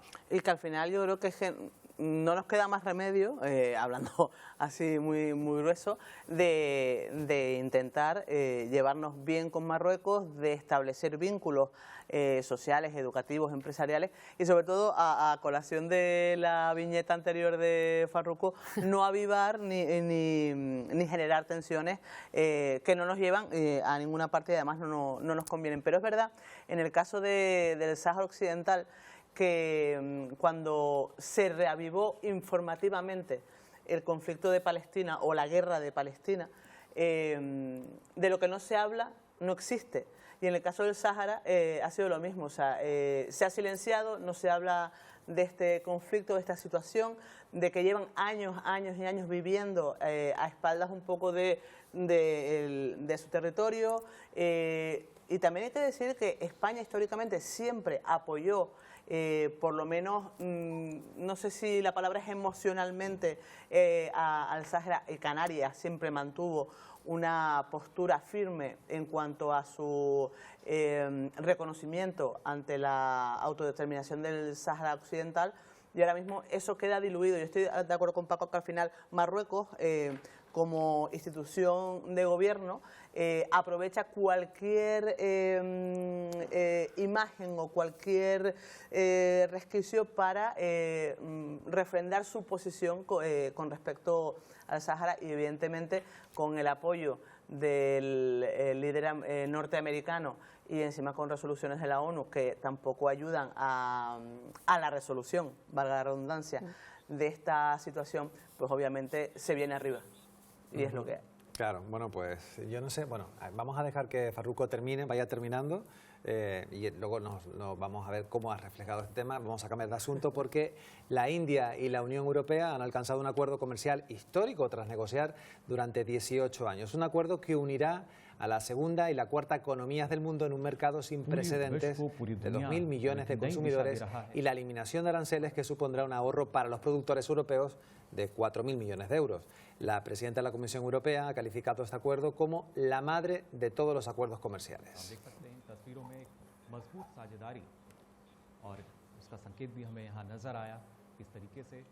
Saludamos a Julio Guinea, que es profesor de Derecho en la Universidad Europea. ¿Qué tal? Muy buenos días. Muy buenos días. Desde el punto de vista legal, ¿qué significa este acuerdo? Pues significa que la Unión Europea e India estrechan brazos evidentemente en lo comercial y supone una rebaja arancelaria bastante considerable. Es un acuerdo que se viene negociando desde el año 2007, que se congela en el 2013, que se relanza en el 2022 y que se había encontrado con distintos parones precisamente porque se quería meter todo junto, comercio, inversiones, indicaciones geográficas, y es como cuando antes hablaban ustedes del decreto ómnibus, que cuando se quiere meter todo en una bolsa, pues puede haber cualquier bloqueo sectorial que lo tumbe. Entonces se decidió separar estos elementos y al que se ha logrado por fin un consenso es en el ámbito del comercio para que la automoción, el alcohol, la agrifood, todo lo que viene siendo industria, pues puedan acercarse a ambos lados. Va a suponer un beneficio económico importante, evidentemente abarcará a un cuarto de la población del planeta, 2.000 millones de personas, o sea, estamos hablando de datos bastante significativos y claro, evidentemente cuando comparamos las cifras y vemos lo que eso supone de reducción arancelaria, la India va a eliminar o va a reducir aranceles sobre el 96,6% de las exportaciones europeas. Eso supone, pues para las economías, la economía del conjunto de la Unión Europea, hasta 4.000 millones de euros anuales. O sea que estamos hablando de un buen acuerdo. Nosotros siempre miramos todos estos acuerdos desde aquí, desde las Islas Canarias. Para nosotros, ¿qué ganamos? ¿Qué ganan las Islas Canarias? Pues evidentemente Canarias lo que puede servirle es como hub logístico para introducir sus mercancías desde el ámbito canario hacia la India. Las empresas lo pueden emplear. Que no se alarmen porque dentro de lo que es el sector, uno de los más protegidos, el plátano de Canarias, no significa que va a haberse inundado el mercado canario con productos agrícolas de la India. Precisamente por todas las externalidades que ha supuesto el Mercosur, la Comisión ha querido dejar fuera toda esa parte del acuerdo, o sea que en ámbito más o menos agrícola se beneficia el vino, se beneficia el aceite de oliva y para las islas pues más o menos inversión con respecto a empresarios, turismo, comercio. De nuevo estamos viendo que de lo que se puede beneficiar es que las islas proyecten más productos comerciales o lo que desde las islas se produzca, incluso hay ginebras que se producen en las islas, que creo que tengo alguna por aquí detrás, pues precisamente que se exporten hacia la India. Automoción, si es que se produjeran vehículos, que lo desconozco, creo que en Canarias no, pero es uno de los grandes beneficiados de este acuerdo porque van a bajar los aranceles del 110% a poco más del 10%. O sea que estábamos viendo que la India era muy proteccionista tanto en aranceles como en no aranceles. Homologación, trámites, burocracia, todo eso era muy costoso. Entonces, la India lo que va a hacer es rebajar esos costes para que podamos acceder a su mercado. Canarias tiene que verlo. ¿Lo va a notar eso el ciudadano de a pie que coge la guagua y que dice, bueno, voy a notar que la lista de la compra se me hace más barata? No, no. La Organización Mundial del Comercio ya nos lo han explicado, la OCDE, que los acuerdos comerciales en el día a día no se notan de un día para el otro, sino que esos 4.000 millones de euros famosos que hablaba yo antes de beneficio para el mercado europeo se notan menores costes para las empresas,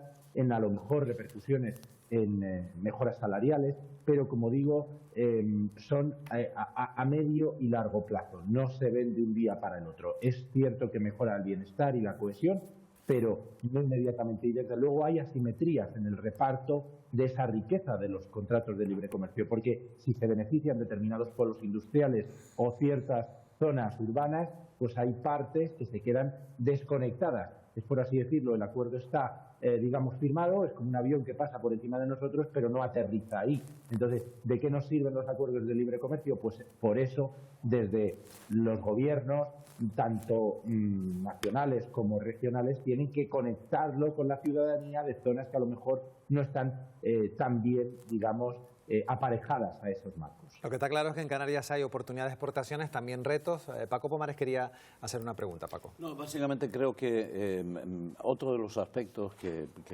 yo creo que han sido más determinantes para acelerar este proceso es que Europa tenía que lanzar algún mensaje hacia las últimas decisiones adoptadas por el gobierno norteamericano y por Donald Trump en materia arancelaria. Es decir, que hay otras opciones de libre comercio, hay otras opciones diferentes de libre comercio. Y está trabajando en dirección a Mercosur, donde hubo un pequeño bloqueo que seguramente se resolverá por la aprobación del acuerdo por algún país sudamericano, que automáticamente implicaría la puesta en funcionamiento, y el aviso de que después de llegar a acuerdos de libre comercio con la India se podría intentar llegar a acuerdos de libre comercio con China. Eso supondría un aislamiento absoluto de la economía norteamericana, de la economía estadounidense, y yo creo que es la respuesta que Europa estaba ofreciendo o preparando para responder al comportamiento de Trump en el último año. No sé, señor Guinea, de forma breve, que nos hemos quedado sin tiempo, si quiere hacer algún apunte a esta reflexión que ha hecho nuestro tertuliano. Sí, precisamente, tal y como apuntaba, es un gesto bastante simbólico. Es evidenciar que ante el proteccionismo de Trump se puede hacer otro tipo de comercio y se puede apostar por conectar distintos pueblos, distintas sociedades, porque eso genera bienestar. Los aranceles y las barreras al final generan una protección que a la industria a corto plazo puede beneficiarle protegiéndole, pero a la larga a los ciudadanos les supone unos costes terribles. Entonces, ¿nosotros qué venimos a decir? Que desde la Unión Europea se ha puesto a la India por un camino de sostenibilidad, porque tienen ese efecto Bruselas ante lo que viene siendo las tasas en temas climáticos, en derechos laborales. Eso en la India se va a notar y eso va a beneficiar al indio, que vive en unas condiciones, pues permítanme, bastante difíciles. Y a nivel europeo también vamos a seguir protegiendo nuestro mercado, pero admitiendo que otros pueblos podemos irradiarles ese desarrollo, que era un poco el espíritu que los padres fundadores de Europa querían, que no solamente se concentrase la riqueza en Europa, sino que el bienestar fuese a otros pueblos. Muy bien, Julio Guinea, profesor de Derecho en la Universidad Europea, gracias por atendernos. Muy buenos días. Muy buenos días.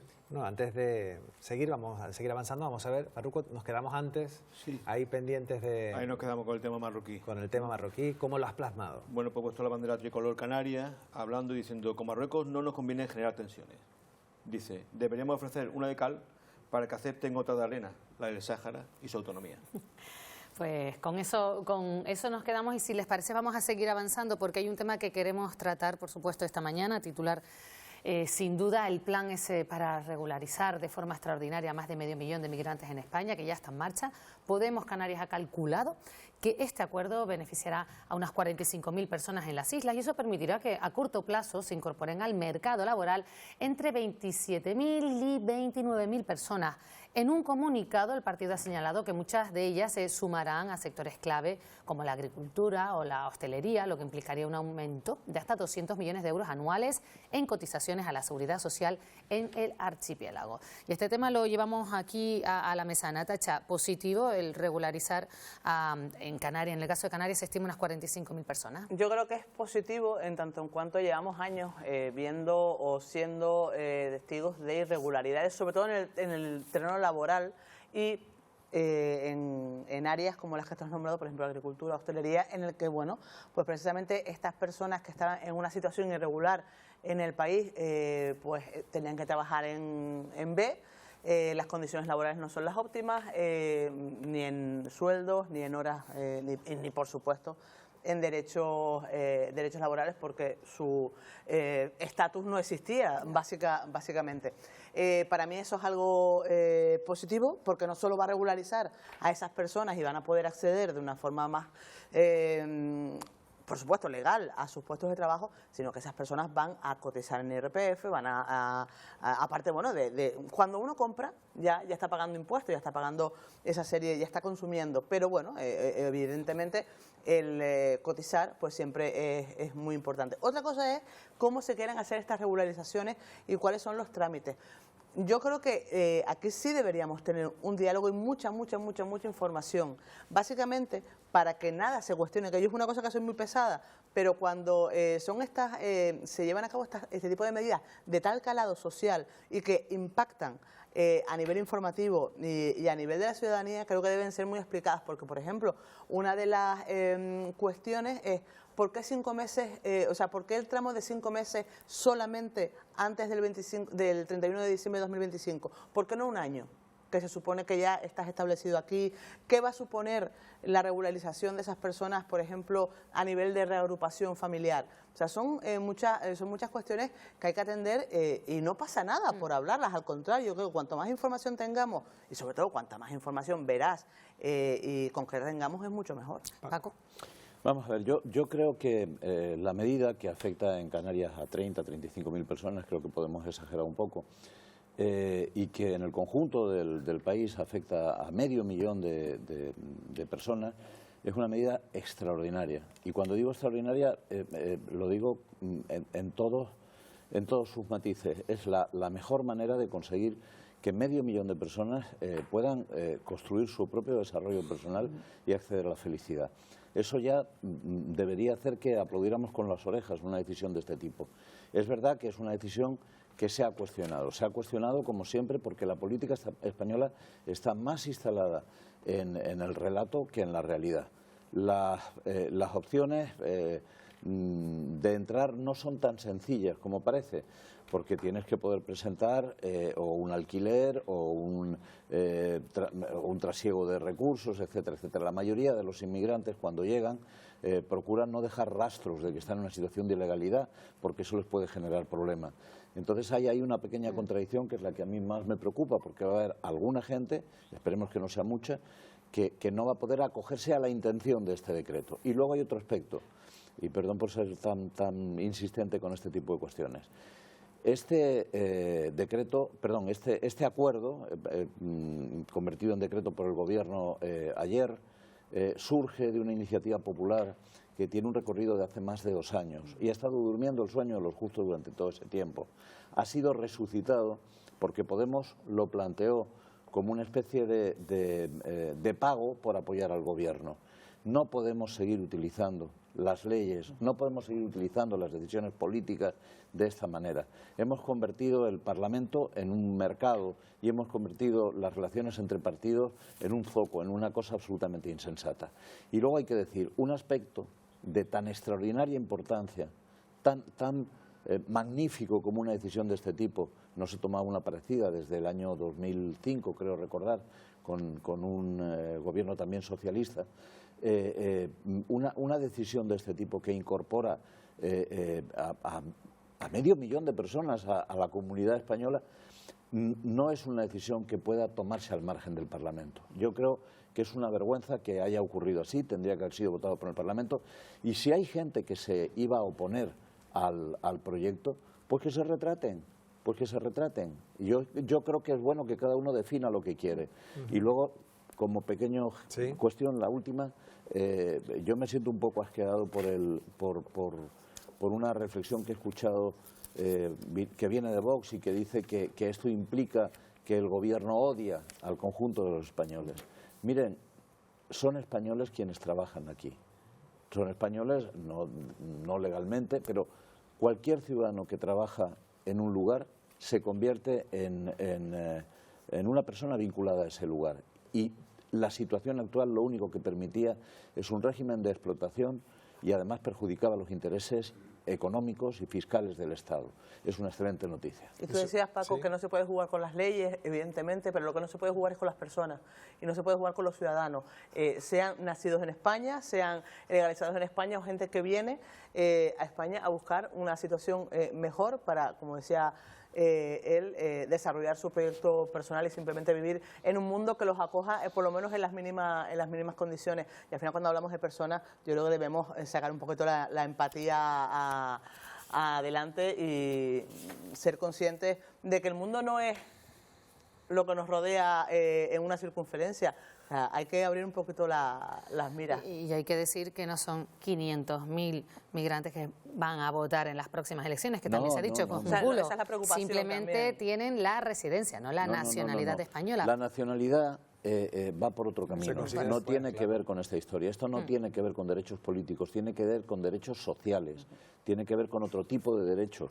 La nacionalidad también se está preparando una cosa parecida, se está preparando el reconocimiento. Se calcula que entre 300 o 350.000 hijos de republicanos españoles exiliados, hijos o nietos republicanos españoles exiliados después de la guerra que se instalaron, nacieron en México, nacieron en Europa en distintos sitios, acogieron nacionalidades distintas y que podrían recuperar la nacionalidad y votar. Esa sí es una operación de atraer a sectores de izquierda, una operación parecida a las que se hacen en Estados Unidos cuando se colocan de una determinada manera, digamos, los condados de voto y tal, para que ganen siempre determinado tipo de mayorías, ¿no?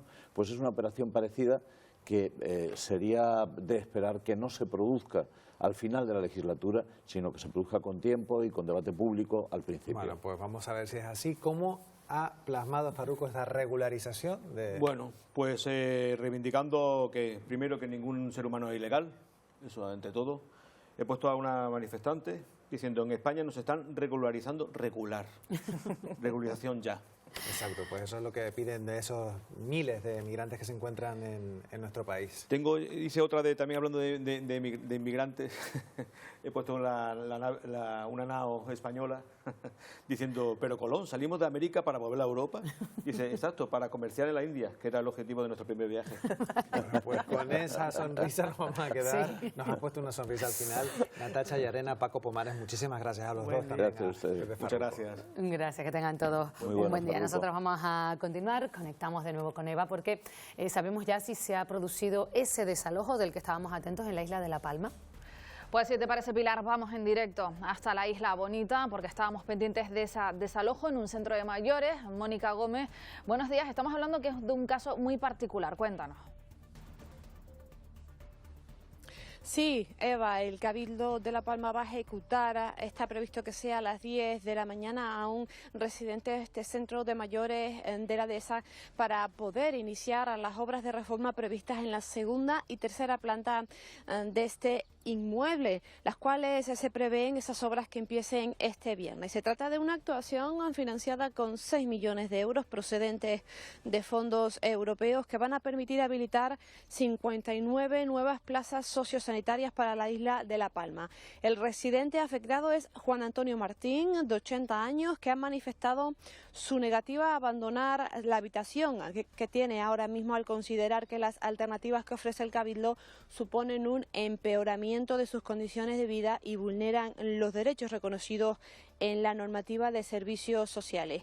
Este usuario ingresó a este centro durante la pandemia, momento en el que pernoctaba en su vehículo. Defiende que desde entonces ha venido colaborando económicamente con el servicio que está recibiendo, aportando entre el 70 y el 75% de su pensión.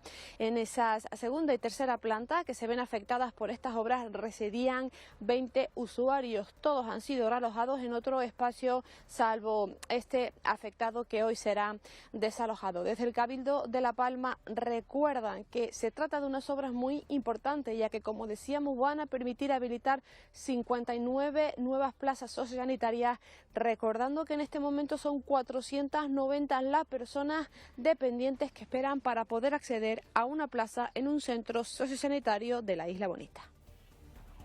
Pues seguiremos pendientes de este caso y les contamos ahora un suceso que tuvo lugar anoche en Santa Cruz de Tenerife, cuando la policía local trató de darle el alto a un motorista y este se dio a la fuga. Así como ven, fue detenido por los agentes de policía local tras impactar con una de las terrazas de estos restaurantes que están ubicados en la avenida Marítima. Ya lo ven, se llevó todo por delante, sillas y mesas, ocasionando importantes daños para el mobiliario del bar. Por suerte, no hay que lamentar heridos. Cuando llegó a la esquina, justamente había unas patrullas y fue ahí cuando le picaron las luces. No sé, seguramente el chico se puso nervioso, intentó huir de ellos, se metió en la terraza y se estampó contra la estufa que teníamos ahí puesta y contra unas mesas donde había unas señoras que, gracias a Dios, pues salieron ilesas. Y hoy está previsto que conozcamos el objeto del veredicto del jurado del juicio por el caso Mediador. Ayer era el turno de declaración de Marco Antonio Navarro Tacoronte, que decidió solo responder a su abogado. Ha dicho que su trabajo consistía en facilitar contactos y ampliar agenda, pero que nunca entregó dinero al general Espinosa. Además, afirmó que grababa todas sus conversaciones como garantía. Tras esta declaración, Navarro tendrá que volver a los juzgados, pero para la segunda pieza del caso, que continúa en fase de instrucción.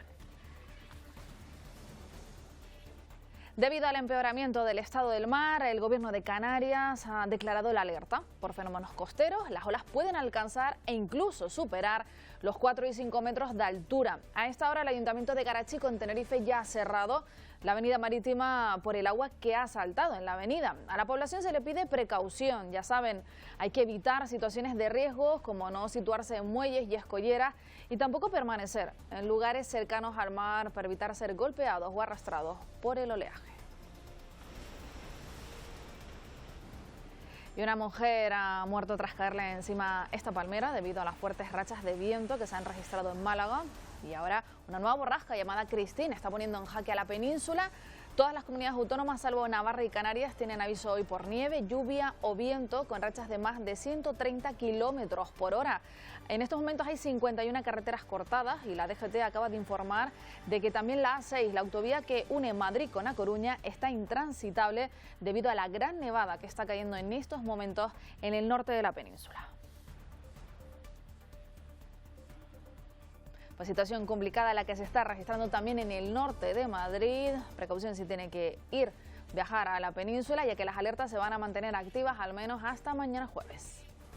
Y en los deportes, hoy tenemos un super miércoles de la Liga de Campeones. Fati Febles, ¿qué tal? Buenos días. Sí, porque se juegan, Isaac Vilar, todos los partidos a la misma hora y además con muchas cosas en juego. Muy buenos días Canarias. Entre esos equipos españoles, ya saben, el Real Madrid, el Barça, el Atlético de Madrid buscan estar entre los 8 primeros clasificados. El Athletic Club quiere certificar su clasificación para el play-in y el Villarreal, ya eliminado, va a buscar su primera victoria en esta edición. Ahora se lo contamos todo en detalle, eso y por supuesto mucho más deporte. Antes hacemos una breve pausa para la publicidad.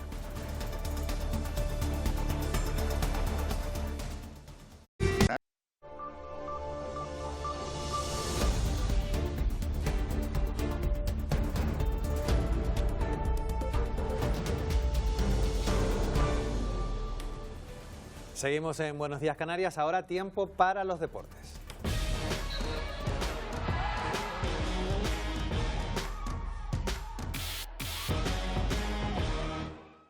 Y vamos ahora con baloncesto, porque importantísima victoria ayer en la Basketball Champions League para el Dreamland Gran Canaria. El equipo isleño visitó al Nymburk checo. Era un partido clave, ¿no?, dentro del top 16 en la lucha por el título y que llegaba en un momento delicado del conjunto gran canario, con 4 derrotas consecutivas entre ACB y Europa. Esa racha se cortó después de que el encuentro finalizara con victoria canaria por 64-67. La clave estuvo en la remontada en el tercer cuarto con un gran Mike Tobey, que fue el MVP con 11 puntos, 7 rebotes y 16 de valoración. El Granca vuelve a jugar el sábado partido de Liga en Andorra. The biggest problem was 9 turnovers we had only in the second quarter, which helped Nymburk to run, to score easy points and get this 9-point advantage. In the third quarter, we came back. Tras la victoria ante el Barça en Liga ACB y el sorteo de Copa, hoy el turno para la Laguna Tenerife llega en la Basketball Champions League. Los aurinegros reciben en el Santiago Martín al Palacanestro italiano, además como líderes del Grupo L. Es un partido difícil, es un partido de Champions, donde, bueno, es un partido donde se juega más físico. El rival viene de 4 victorias seguidas, viene de ganarle al Granca en casa de Gran Canaria. Y en voleibol hoy juegan el Guaguas y el Olímpico, partidos continentales. El Emalsa Gran Canaria afronta a las 7 de la tarde su estreno en unos cuartos de final continentales en la Challenge Cup ante el Megabox Valle Foglia. Lo harán impulsadas por el calor de su afición sobre la pista de la arena, llegando como terceras de la Liga Iberdrola con 8 victorias y 6 derrotas. Eso sí, vienen de caer, ya saben, en las semifinales de la Copa de la Reina ante el Heidelberg Volkswagen el pasado fin de semana. Enfrente tendrán a un equipo italiano que ocupa la 6ª posición en su competición doméstica y que en la última edición de la Serie A1 quedó 5º clasificado. Será el partido de ida de esa serie. El Club Voleibol Guaguas afronta la vuelta de su partido ante el Perugia, actual campeón del mundo, tras competirle de tú a tú en la ida disputada en el Gran Canaria Arena. Un partido en el que los de Sergio Miguel Camarero forzaron el 5º set. Gran partido, un punto que nos sabe bastante bien porque en esta clasificación tenemos que puntuar. En su último encuentro en la Champions, el conjunto amarillo también llegó al set de oro, pero con un final distinto. Victoria ante el Praga. y además de pensar en el derbi que tenían el pasado fin de semana, no salía de su mente la vuelta ante el Perú. Agora é pensar na próxima partida, enhorabuena a todo o equipo e seguir trabalhando e já pensar em miércoles contra Perugia. Tras la victoria ante el Cisneros, más de lo mismo. Los de Sergio Miguel Camarero solo pensaban en el duelo de Champions, sin restarle importancia a dicha victoria.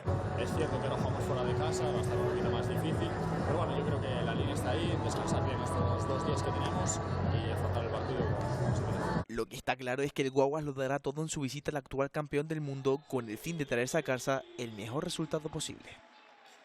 Un apunte de balonmano, se quedó muy cerca anoche de dar la sorpresa a la Liga Guerreras el Sicar Lanzarote Ciudad de Arrecife, que perdió 23-21 en su visita al Elche, el equipo clasificado para cuartos de final de la EHF European Cup. Las lanzaroteñas reciben el domingo al Rocasa Gran Canaria. Y hablamos ahora de lucha canaria, porque esta semana se deciden 2 títulos insulares. Ambas luchadas las podrán ver aquí en Televisión Canaria. Este viernes conoceremos al nuevo campeón de primera categoría de La Palma. Bediesta y Aridane se enfrentarán desde las 8 y podrán verlo en el canal de YouTube de deportes de esta casa, así como en la web rtvc.es. A través de esas 2 mismas vías, ya el domingo a las 9 de la noche ofreceremos desde el terrero Mensei Tegueste, en Tenerife, la final de la Liga CaixaBank de primera. Chimbesque y Rosario de Valleguerra optan a ese título.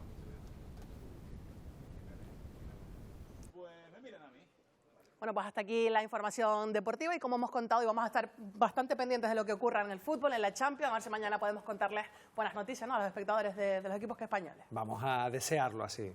Sí, sí. Hasta mañana. Gracias, chicos, hasta mañana. Bueno, nosotros nos vamos unos minutos a publicidad y a la vuelta vamos a contar con la compañía aquí en el plató de Buenos Días Canarias de representantes de la murga Los Legañositos, que este año se ha alcanzado con el primer premio de vestuario e interpretación del concurso de murgas infantiles del Carnaval de Las Palmas de Gran Canaria. Esto será en tan solo unos minutos.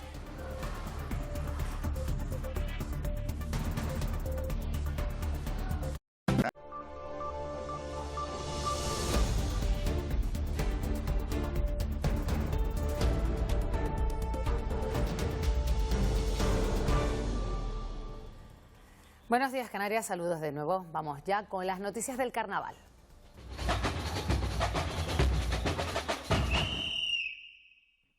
Noche grande en el recinto ferial de Santa Cruz de Tenerife, que volvió a latir al ritmo del concurso de murgas del Carnaval Chicharrero. En esta segunda fase, 5 formaciones se subieron al escenario de los ritmos latinos con un solo propósito: ganarse el pase a la gran final del sábado. Pisando fuerte abrió la fase tiralenguas, conjugaron humor y crítica política.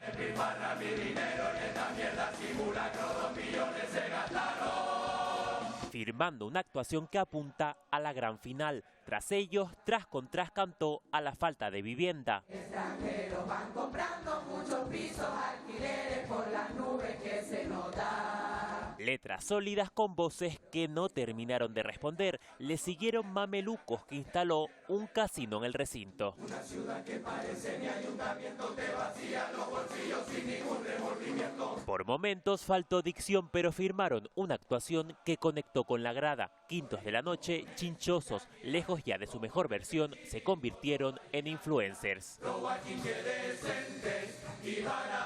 El broche final lo puso la Sonora con voces empastadísimas y buenas letras que, entre otras cosas, criticaron el sistema de entrada. Entrada nominativa ya, y la reventa sin evitar. Coronaron su actuación sorteando en directo 2 de ellas, hoy miércoles tercera fase, que podrán seguir en directo aquí en Radio Televisión Canaria.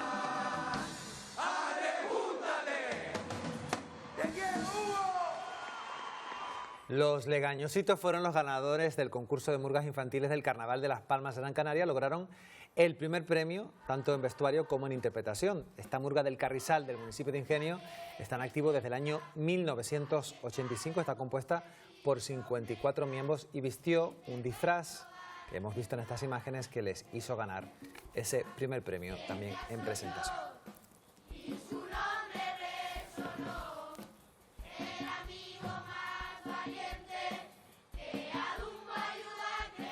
Saludamos ya a Dai Santana, que es el vicepresidente de la murga, y a Estefanía Hernández, que es también vocal de esta murga infantil. ¿Qué tal? Muy buenos días a los dos. Buenos días, felicidades.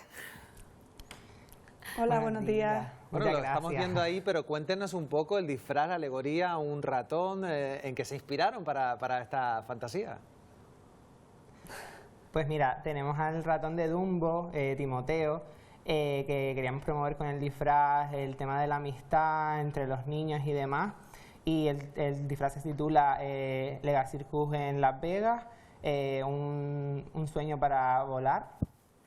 Y la verdad que está confeccionado por Pino y Julián, el cabezón y los zapatones, y por Manuel Encinoso y su mujer Begoña, lo que es el disfraz y el diseño de la propia murga. Hay que darles la enhorabuena, porque han hecho doblete. Por un lado, presentación, estamos viendo ese maravilloso disfraz en esta ocasión, y también, Estefanía, primer premio de interpretación. ¿Cómo ha llevado la murga? ¿Nos podemos imaginar esa murga del Carrizal, este doblete? Ha sido un poco locura porque no lo esperábamos. Uno empieza el año en carnavales preparándolo 9 meses antes prácticamente, y trabajas con niños, no sabes cómo te va a ir el año, intentas que todo sea una dinámica diferente para que ellos no se aburran, pero a la misma vez inculcándole el trabajo de cantar, de las voces, de que vayan... que se aprendan las canciones. Tenemos muchos niños pequeños también que todavía ni leen y se saben las canciones. ¿Canciones que han ido por dónde? Sí, digo que canciones que han ido por dónde. ¿Dónde han criticado? ¿Dónde han puesto la mirada este año los legañositos? Pues mira, la primera canción, vamos del circo, hablamos sobre el que no hayan animales en los circos, defendemos eso. También defendemos el no usar los fuegos artificiales, que sean sin sonido para que no molesten a los animales. Y luego una segunda canción en la que vamos de espías, en la que el final es muy emotivo, que los padres han subido a cantar con los niños, recalcando que al final cada padre es la sombra de su hijo y dando las gracias por ello. Estabas comentando, Estefanía, que hay niños que a lo mejor no saben ni leer y que se saben las canciones. ¿Cuáles son las técnicas que hay que emplear para que memoricen el repertorio? Que no falten a los ensayos. Sí. Porque nosotros no tenemos una pantalla, los que saben leer van leyendo la letra, pero los pequeños es memorizar. Usamos mucho audio, la armonizadora graba los audios y los niños en casa escuchan el audio y así van memorizando la letra. Y a partir de ahora son más de 50 los miembros de Legañositos, a partir de ahora ya preparados para vivir el carnaval en la calle, en todos los actos. Me imagino que ellos también ilusionados. Hoy evidentemente no están con nosotros porque están en el colegio, pero nos imaginamos que estarán muy ilusionados y con ganas ya de salir a la calle y de demostrar por qué ganaron el primer premio, ¿no? Efectivamente. Los niños son todoterreno, por lo menos los nuestros, se apuntan a un bombardeo y donde nos llaman casi siempre intentamos ir porque es nuestro trabajo y tenemos que demostrarlo en el periodo que tenemos de tiempo en carnaval. Estamos hablando con Ada y con Estefanía, dándoles la enhorabuena a toda la murga, pero también a todos los que están detrás, a todo el equipo y también a las familias, porque nos comentaba Estefanía esos 9 meses de ensayo previo y luego los nervios, me imagino, de los días anteriores al concurso. Adai. Sí, gracias a los padres, la verdad, porque son una pieza fundamental del grupo, nos han ayudado mucho este año. Al final, con tantos niños y siendo tan poquitos en la directiva, necesitamos de su ayuda y la verdad que estamos súper agradecidos por ello. Estefanía es una madre más, de la madre de la directora y siempre está ahí al pie del cañón, ayudándonos en todo y súper agradecido. Bueno, pues nosotros queremos trasladarle esa felicitación en nombre de Televisión Canaria a la murga, así que tanto Estefanía como Adai, que son miembros de la parte directiva de la murga de los Legañositos, muchísimas gracias y enhorabuena y por supuesto feliciten a todos los componentes de nuestra parte. Muchísimas gracias. Muchas gracias a ustedes. Felicidades, que tengan un buen día. Bueno, nosotros vamos a continuar como hacemos en este Buenos Días Canarias pegados a la actualidad. Le damos pasos a Eva Trujillo. Eva, adelante. Sí, Pilar, pues graves problemas los que se están provocando ahora mismo en la península con la borrasca Christine. Hay una importante nevada en el centro de Madrid que mantiene colapsadas las carreteras. En estos últimos 40 minutos la EMET fijaba que la altura de la nieve podría cuajar llegando hasta los 2 centímetros, pues ya se han alcanzado.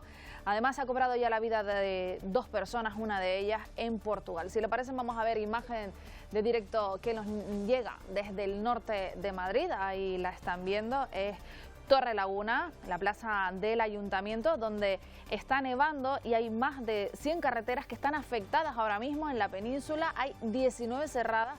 Una de ellas, muy importante, la A6, que une Madrid con Coruña. Están allí trabajando los quitanieves, han quedado paralizados los vehículos, también los camiones.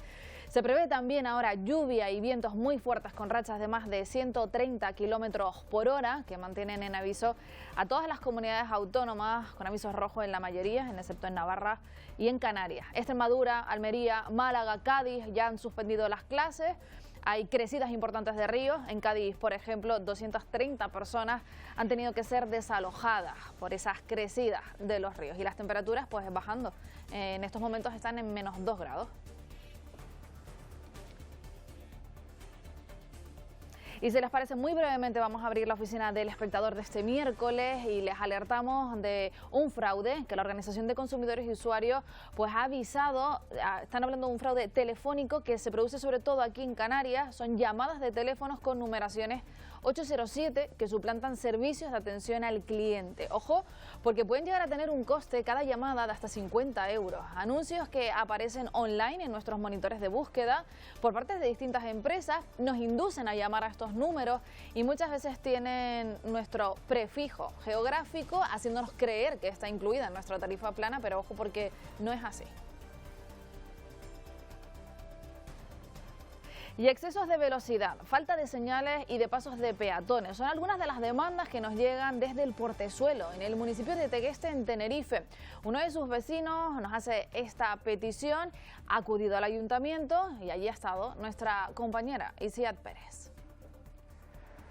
Son muchas las necesidades que reclaman los vecinos y vecinas del Portezuelo en el municipio de Tegueste. Entre ellas, por ejemplo, la falta de aceras para caminar o también de contenedores de basura cercanos a las viviendas. Con nosotros está uno de esos vecinos, él es Cristian Alonso. ¿Qué tal? Muy buenos días. Hola, ¿qué tal, Isa? Buenos días, ¿qué tal?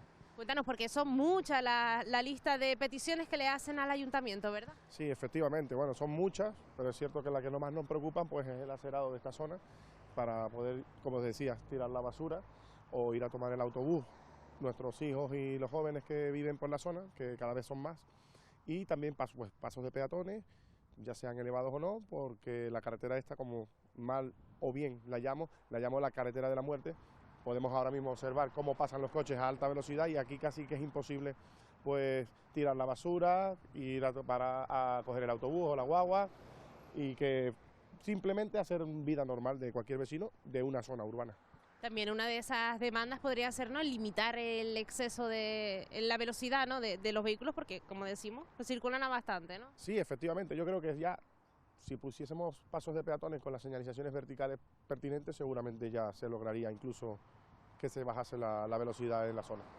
Tú además has llevado estas peticiones al ayuntamiento, ¿verdad, Cristian? Sí, se presentó por una agrupación política, se presentó una moción para que se estudiara y la viabilidad de las reivindicaciones y fue aprobada por unanimidad en el Pleno que se iban a estudiar las medidas o, si fuera el caso del Cabildo, la competente en realizarlas, pues se instaría a esta corporación a que se tomasen medidas y se estudiase. A día de hoy no tenemos ninguna respuesta y no la esperamos tampoco a corto tiempo. Bueno, Cristian, pues esperemos que esa respuesta llegue tarde o temprano y que todas estas necesidades queden cubiertas. Sí, muchísimas gracias, eso es lo que pretendemos. Bueno, pues como ya ven, por parte del ayuntamiento estudiarán si esta carretera es competencia o no de ellos para valorar la posibilidad de actuar o no. Bueno, y el Cabildo de Gran Canaria, junto al Ayuntamiento de Las Palmas, pone en marcha una solución pionera de transporte público para el barrio capitalino de 7 Puertas. Se trata de una experiencia piloto de taxi guagua. Estefanía de Blasio nos lo cuenta. Buenos días, Canarias. Se trata de dar respuesta a una demanda histórica de los vecinos. Este nuevo servicio ha arrancado este lunes y vamos a ver cómo funciona. Nosotros nos encontramos en lo que sería la parada de este taxi guagua. Vamos a ver, porque con nosotros se encuentra José Eduardo Ramírez, que es el concejal de movilidad del Ayuntamiento de Las Palmas de Gran Canaria. Buenos días. ¿Qué es lo que tienen que hacer los vecinos para poder estar en este taxi guagua? Hola, buenos días. Efectivamente, es dar respuesta a una demanda para mejorar la movilidad de los vecinos, tanto de 7 Puertas como de los Llanos de María Ribera, como de La Palma, y es a través de este servicio de taxis colectivos, es decir, que se puede subir mucha gente hasta llenar el taxi, poder alcanzarlos hasta la parada de guaguas más cercanas, con la que podrán hacer transbordo, tanto en guaguas de Global como de guaguas municipales, y podrán conectar con el teatro, con Siete Palmas, con Tamaraceite, etcétera. Vamos a empezar en principio con 3 servicios, uno a las 8, otro a las 9 y otro a las 2 del mediodía, pero es un proyecto escalable. Vamos a analizar los datos de estos primeros días, y si vemos que al final hay demanda suficiente, pues aumentaremos el número de servicios, aumentaremos el número de taxis, incluso el número de horarios si así lo requirieran los vecinos. ¿Y los vecinos qué requisito necesitan? ¿Tendrán que presentar una tarjeta de guagua? Sí, esto va a funcionar como un transbordo más, no van a tener que pagar absolutamente nada, sino simplemente con que muestren el bono que tengan, si es el bono jubilado, si es el bono residente, el que cada uno tenga, mostrándolo es suficiente, y a partir de ahí, una vez que se bajen en la parada de guaguas, ya pueden subirse en una guagua de Global o de guaguas municipales utilizando ese mismo bono, pero yo sí quiero recalcar que no tiene ningún coste adicional para los vecinos que lo usen. Pues muchísimas gracias, y vamos a preguntar pues también a uno de los vecinos pues para que nos cuente, porque decíamos una demanda histórica, porque no tenían un transporte regular y tenían que ir caminando hasta las paradas principales. Buenos días. Buenos días, sí, esto lleva 10 años reivindicándose, y hay que agradecer a Benito Monaga, porque desde la Federación Vecinal de las Medianías ha estado reclamando. Y bueno, ya es una oportunidad, y algunos vecinos que les cuesta, es verdad que aquí hay muchos coches, pero hay vecinos que no tienen posibilidad y se ahorran el caminar o pagar un taxi, ¿no? Y entonces esa reclamación nos viene de maravilla, y esperamos que otra reclamación que tenemos, que es un acceso al barrio de Siete Puertas, pues también llegue pronto este año, ¿no? Pues muchísimas gracias por habernos atendido. Pues ya lo ven, una experiencia piloto que se acaba de arrancar hace muy poquito tiempo, y que esperamos que responda a esas necesidades que tienen los vecinos, que tenían que caminar, hacer autostop o incluso ponerse de acuerdo entre vecinos para poder llegar a las paradas principales de guagua. Bueno, se cumple así una demanda histórica. Nosotros lo dejamos aquí, Pilar. Pues lo hemos venido contando a lo largo de la mañana. Canarias se encuentra en alerta por fenómenos costeros, y en algunas islas ya se empiezan a tomar medidas preventivas. Es el caso del municipio tinerfeño de Garachico. Desde primera hora se ha anunciado ya el cierre de la avenida marítima. Allí se encuentra nuestra compañera Nerea de Ara. Cuéntanos, Nerea.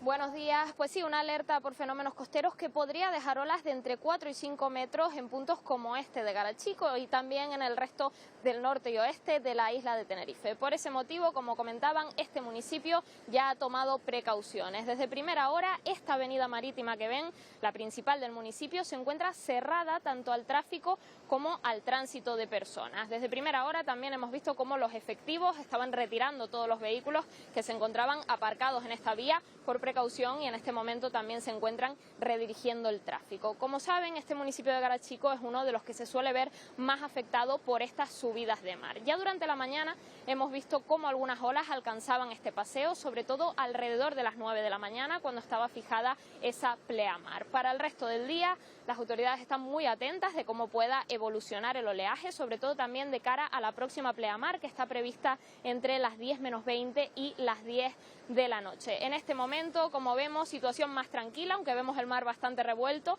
está algo mejor que como nos lo encontrábamos esta mañana. Pero igualmente recuerden, tanto aquí en Garachico como en el resto del archipiélago, que como decíamos se encuentra en alerta por fenómenos costeros, es necesario extremar las precauciones y evitar siempre que se pueda las zonas de costa. Esa es la situación en directo en Garachico, en ese municipio del norte de Tenerife. Está con nosotros ya Vicky Palma. Vicky, en alerta todo el archipiélago por este fenómeno costero. Sí, tenemos en alerta por mal estado del mar todas las islas, costa norte, costa oeste. Tenemos el mar en calma en la vertiente este, y hay que pensar que ya esta mañana había olas importantes en Garachico, y bueno, la predicción habla de olas de 4 o 5 metros de altura, pero sabemos que en general las olas pueden incluso superar esa altura, y las olas más grandes no las esperamos esta mañana, las esperamos a lo largo de esta noche. Antes de ver cómo está el tiempo en las islas, nos vamos a ir hacia la península. península, porque cada vez que hay nieve en la capital suele haber problemas y este es el aspecto que presenta hoy Madrid. Nevadas importantes, nevadas asociadas a la borrasca Christine, no a Joseph. Christine viene a ser el hijo de la borrasca Joseph, una borrasca pequeñita dentro de la misma borrasca grande que es Joseph, que está muy lejos de la península. Se generaba una borrasca de formación muy rápida, está cruzando hoy Portugal y la península está generando un temporal de nieve, de viento, temporal marítimo y también se esperan lluvias importantes. A nosotros el mar de fondo que genere Christine hoy nos va a llegar a partir de mañana por la tarde. El mar de fondo que tenemos hoy se lo debemos a la borrasca Joseph y vamos a ver ya pues qué se espera en las islas en los próximos días. Estamos viendo la imagen de temperatura y de viento a unos 800 metros de altitud aproximadamente. Tenemos el anticiclón justo al oeste de las islas, por eso esas flechitas blancas giran en el sentido de las agujas del reloj. Nos va a mantener con temperaturas bastante más agradables que, por ejemplo, las que se van a registrar en la península. Estamos hablando de medias, en medianías que pueden estar entre los 13 y los 16 grados y hoy, por ejemplo, se ha notado menos frío en muchas zonas a primera hora. Hoy, ¿qué nos va a ocurrir? Pues tenemos nubes en cantidades variables. Han dejado algunas precipitaciones de madrugada en Lanzarote, en el oeste de La Gomera, en el oeste de la isla de La Palma, algunas también en Tenerife, pero ahora mismo gana el sol, salvo en la isla de La Palma, en la vertiente oeste, en Lanzarote y en Fuerteventura, y seguiremos viendo nubes en cantidades variables a lo largo de las próximas horas. Hoy vamos a tener alguna temperatura máxima puntual rondando los 24 grados, que es una buena noticia. Y el que quiera acercarse a la costa, lo más recomendable, zonas costeras del sureste, tanto de Lanzarote como de Fuerteventura, la costa sur de Gran Canaria, en la costa sureste de Tenerife y también en el sur y sureste de las otras islas, sí que el mar se mantiene relativamente tranquilo. Hoy casi no hay viento, salvo en Lanzarote y en Fuerteventura. Se está generando por efecto de subrelieve ondas de montaña y en la vertiente este, tanto de Lanzarote como de Fuerteventura, sí se notan algunas rachas de viento fuerte. Ese vientos de componente oeste tenderán noroeste ya al final de la jornada. De cara al día de mañana, un tiempo muy parecido al que tenemos hoy. Vamos a ver nubes importantes en Lanzarote y Fuerteventura por la mañana, en las vertientes oeste, en las islas de mayor relieve y en algunos puntos del norte también por la mañana. Darán paso al sol, reaparecerán al final de la tarde y cabe la posibilidad, una pequeña probabilidad de que a lo mejor esas nubes vuelvan a dejar escapar alguna gota en Lanzarote y en menor medida en la isla de Fuerteventura. No será nada importante. De nuevo mañana vientos de componente oeste flojos en general. Ya tendremos vientos del norte a última hora del día y mal estado del mar porque no mejorará. La altura de las olas mañana disminuirá un poco por la mañana y volverá a aumentar al llegar la tarde-noche, volverá a aumentar la presencia de mar de fondo. Así que va a seguir el mal estado del mar y no solo mañana, también el próximo viernes. Y nos vamos a despedir con una imagen que ustedes compartían hoy con nosotros a primera hora. Estamos viendo primero los horarios de las mareas de la jornada de mañana. Hay que seguir extremando la precaución. Es muy probable que esa alerta del Gobierno de Canarias por fenómeno costero se mantenga jueves, viernes y parte del fin de semana. Y nos despedimos con esa imagen que ustedes compartían con nosotros desde primera hora de la mañana, el amanecer en Las Palmas de Gran Canaria. Lo bueno que tenemos estos días, a pesar de estar con altas presiones, es que tenemos muy buena visibilidad y bueno, estamos teniendo atardeceres y amaneceres espectaculares porque el anticiclón está al oeste, una parte más en superficie está sobre nosotros y pasan muchas borrascas por el Atlántico Norte y nos están dejando muy buena visibilidad. Y quizás un elemento muy llamativo, otros años no hemos tenido un invierno como este con tantas alertas ya en el mes de enero y diciembre por fenómeno costero, por un mal estado del mar, pero es que este año estamos teniendo invierno, están pasando las borrascas al norte y es lo normal en esta época del año que tengamos muy mal estado del mar en todas las costas abiertas al norte y al oeste de las islas. Llegaremos a la Z, como sigamos así, vamos ya por la K de Christine, o sea que seguiremos avanzando, borrasca tras borrasca. Bueno, pues nada, a seguir abrigados, ¿no, Vicky? De momento sí, no tanto como otros días, pero de momento sí, al menos el paraguas no hace falta usarlo mucho. Pues contigo estaremos mañana de nuevo. Gracias, Vicky, hasta mañana. Nosotros llegamos ya al final del programa y lo hacemos en esta ocasión desde la isla de Tenerife. Sí, nos vamos a ir hasta el municipio de Garachico, en el norte de la isla. Con esta madrugada ya saben que se decretaba la alerta por fenómenos costeros en todo el archipiélago y en algunas islas ya se empiezan a tomar medidas preventivas. Lo acabamos de ver hace unos minutos. En la Isla Baja se ha cerrado la avenida marítima. Ya saben que pueden seguir informados en nuestras redes sociales, la web de Radio Televisión Canaria y también en el Telenoticias 1. Nosotros regresamos mañana a las 8 de la mañana para darles los buenos días Canarias.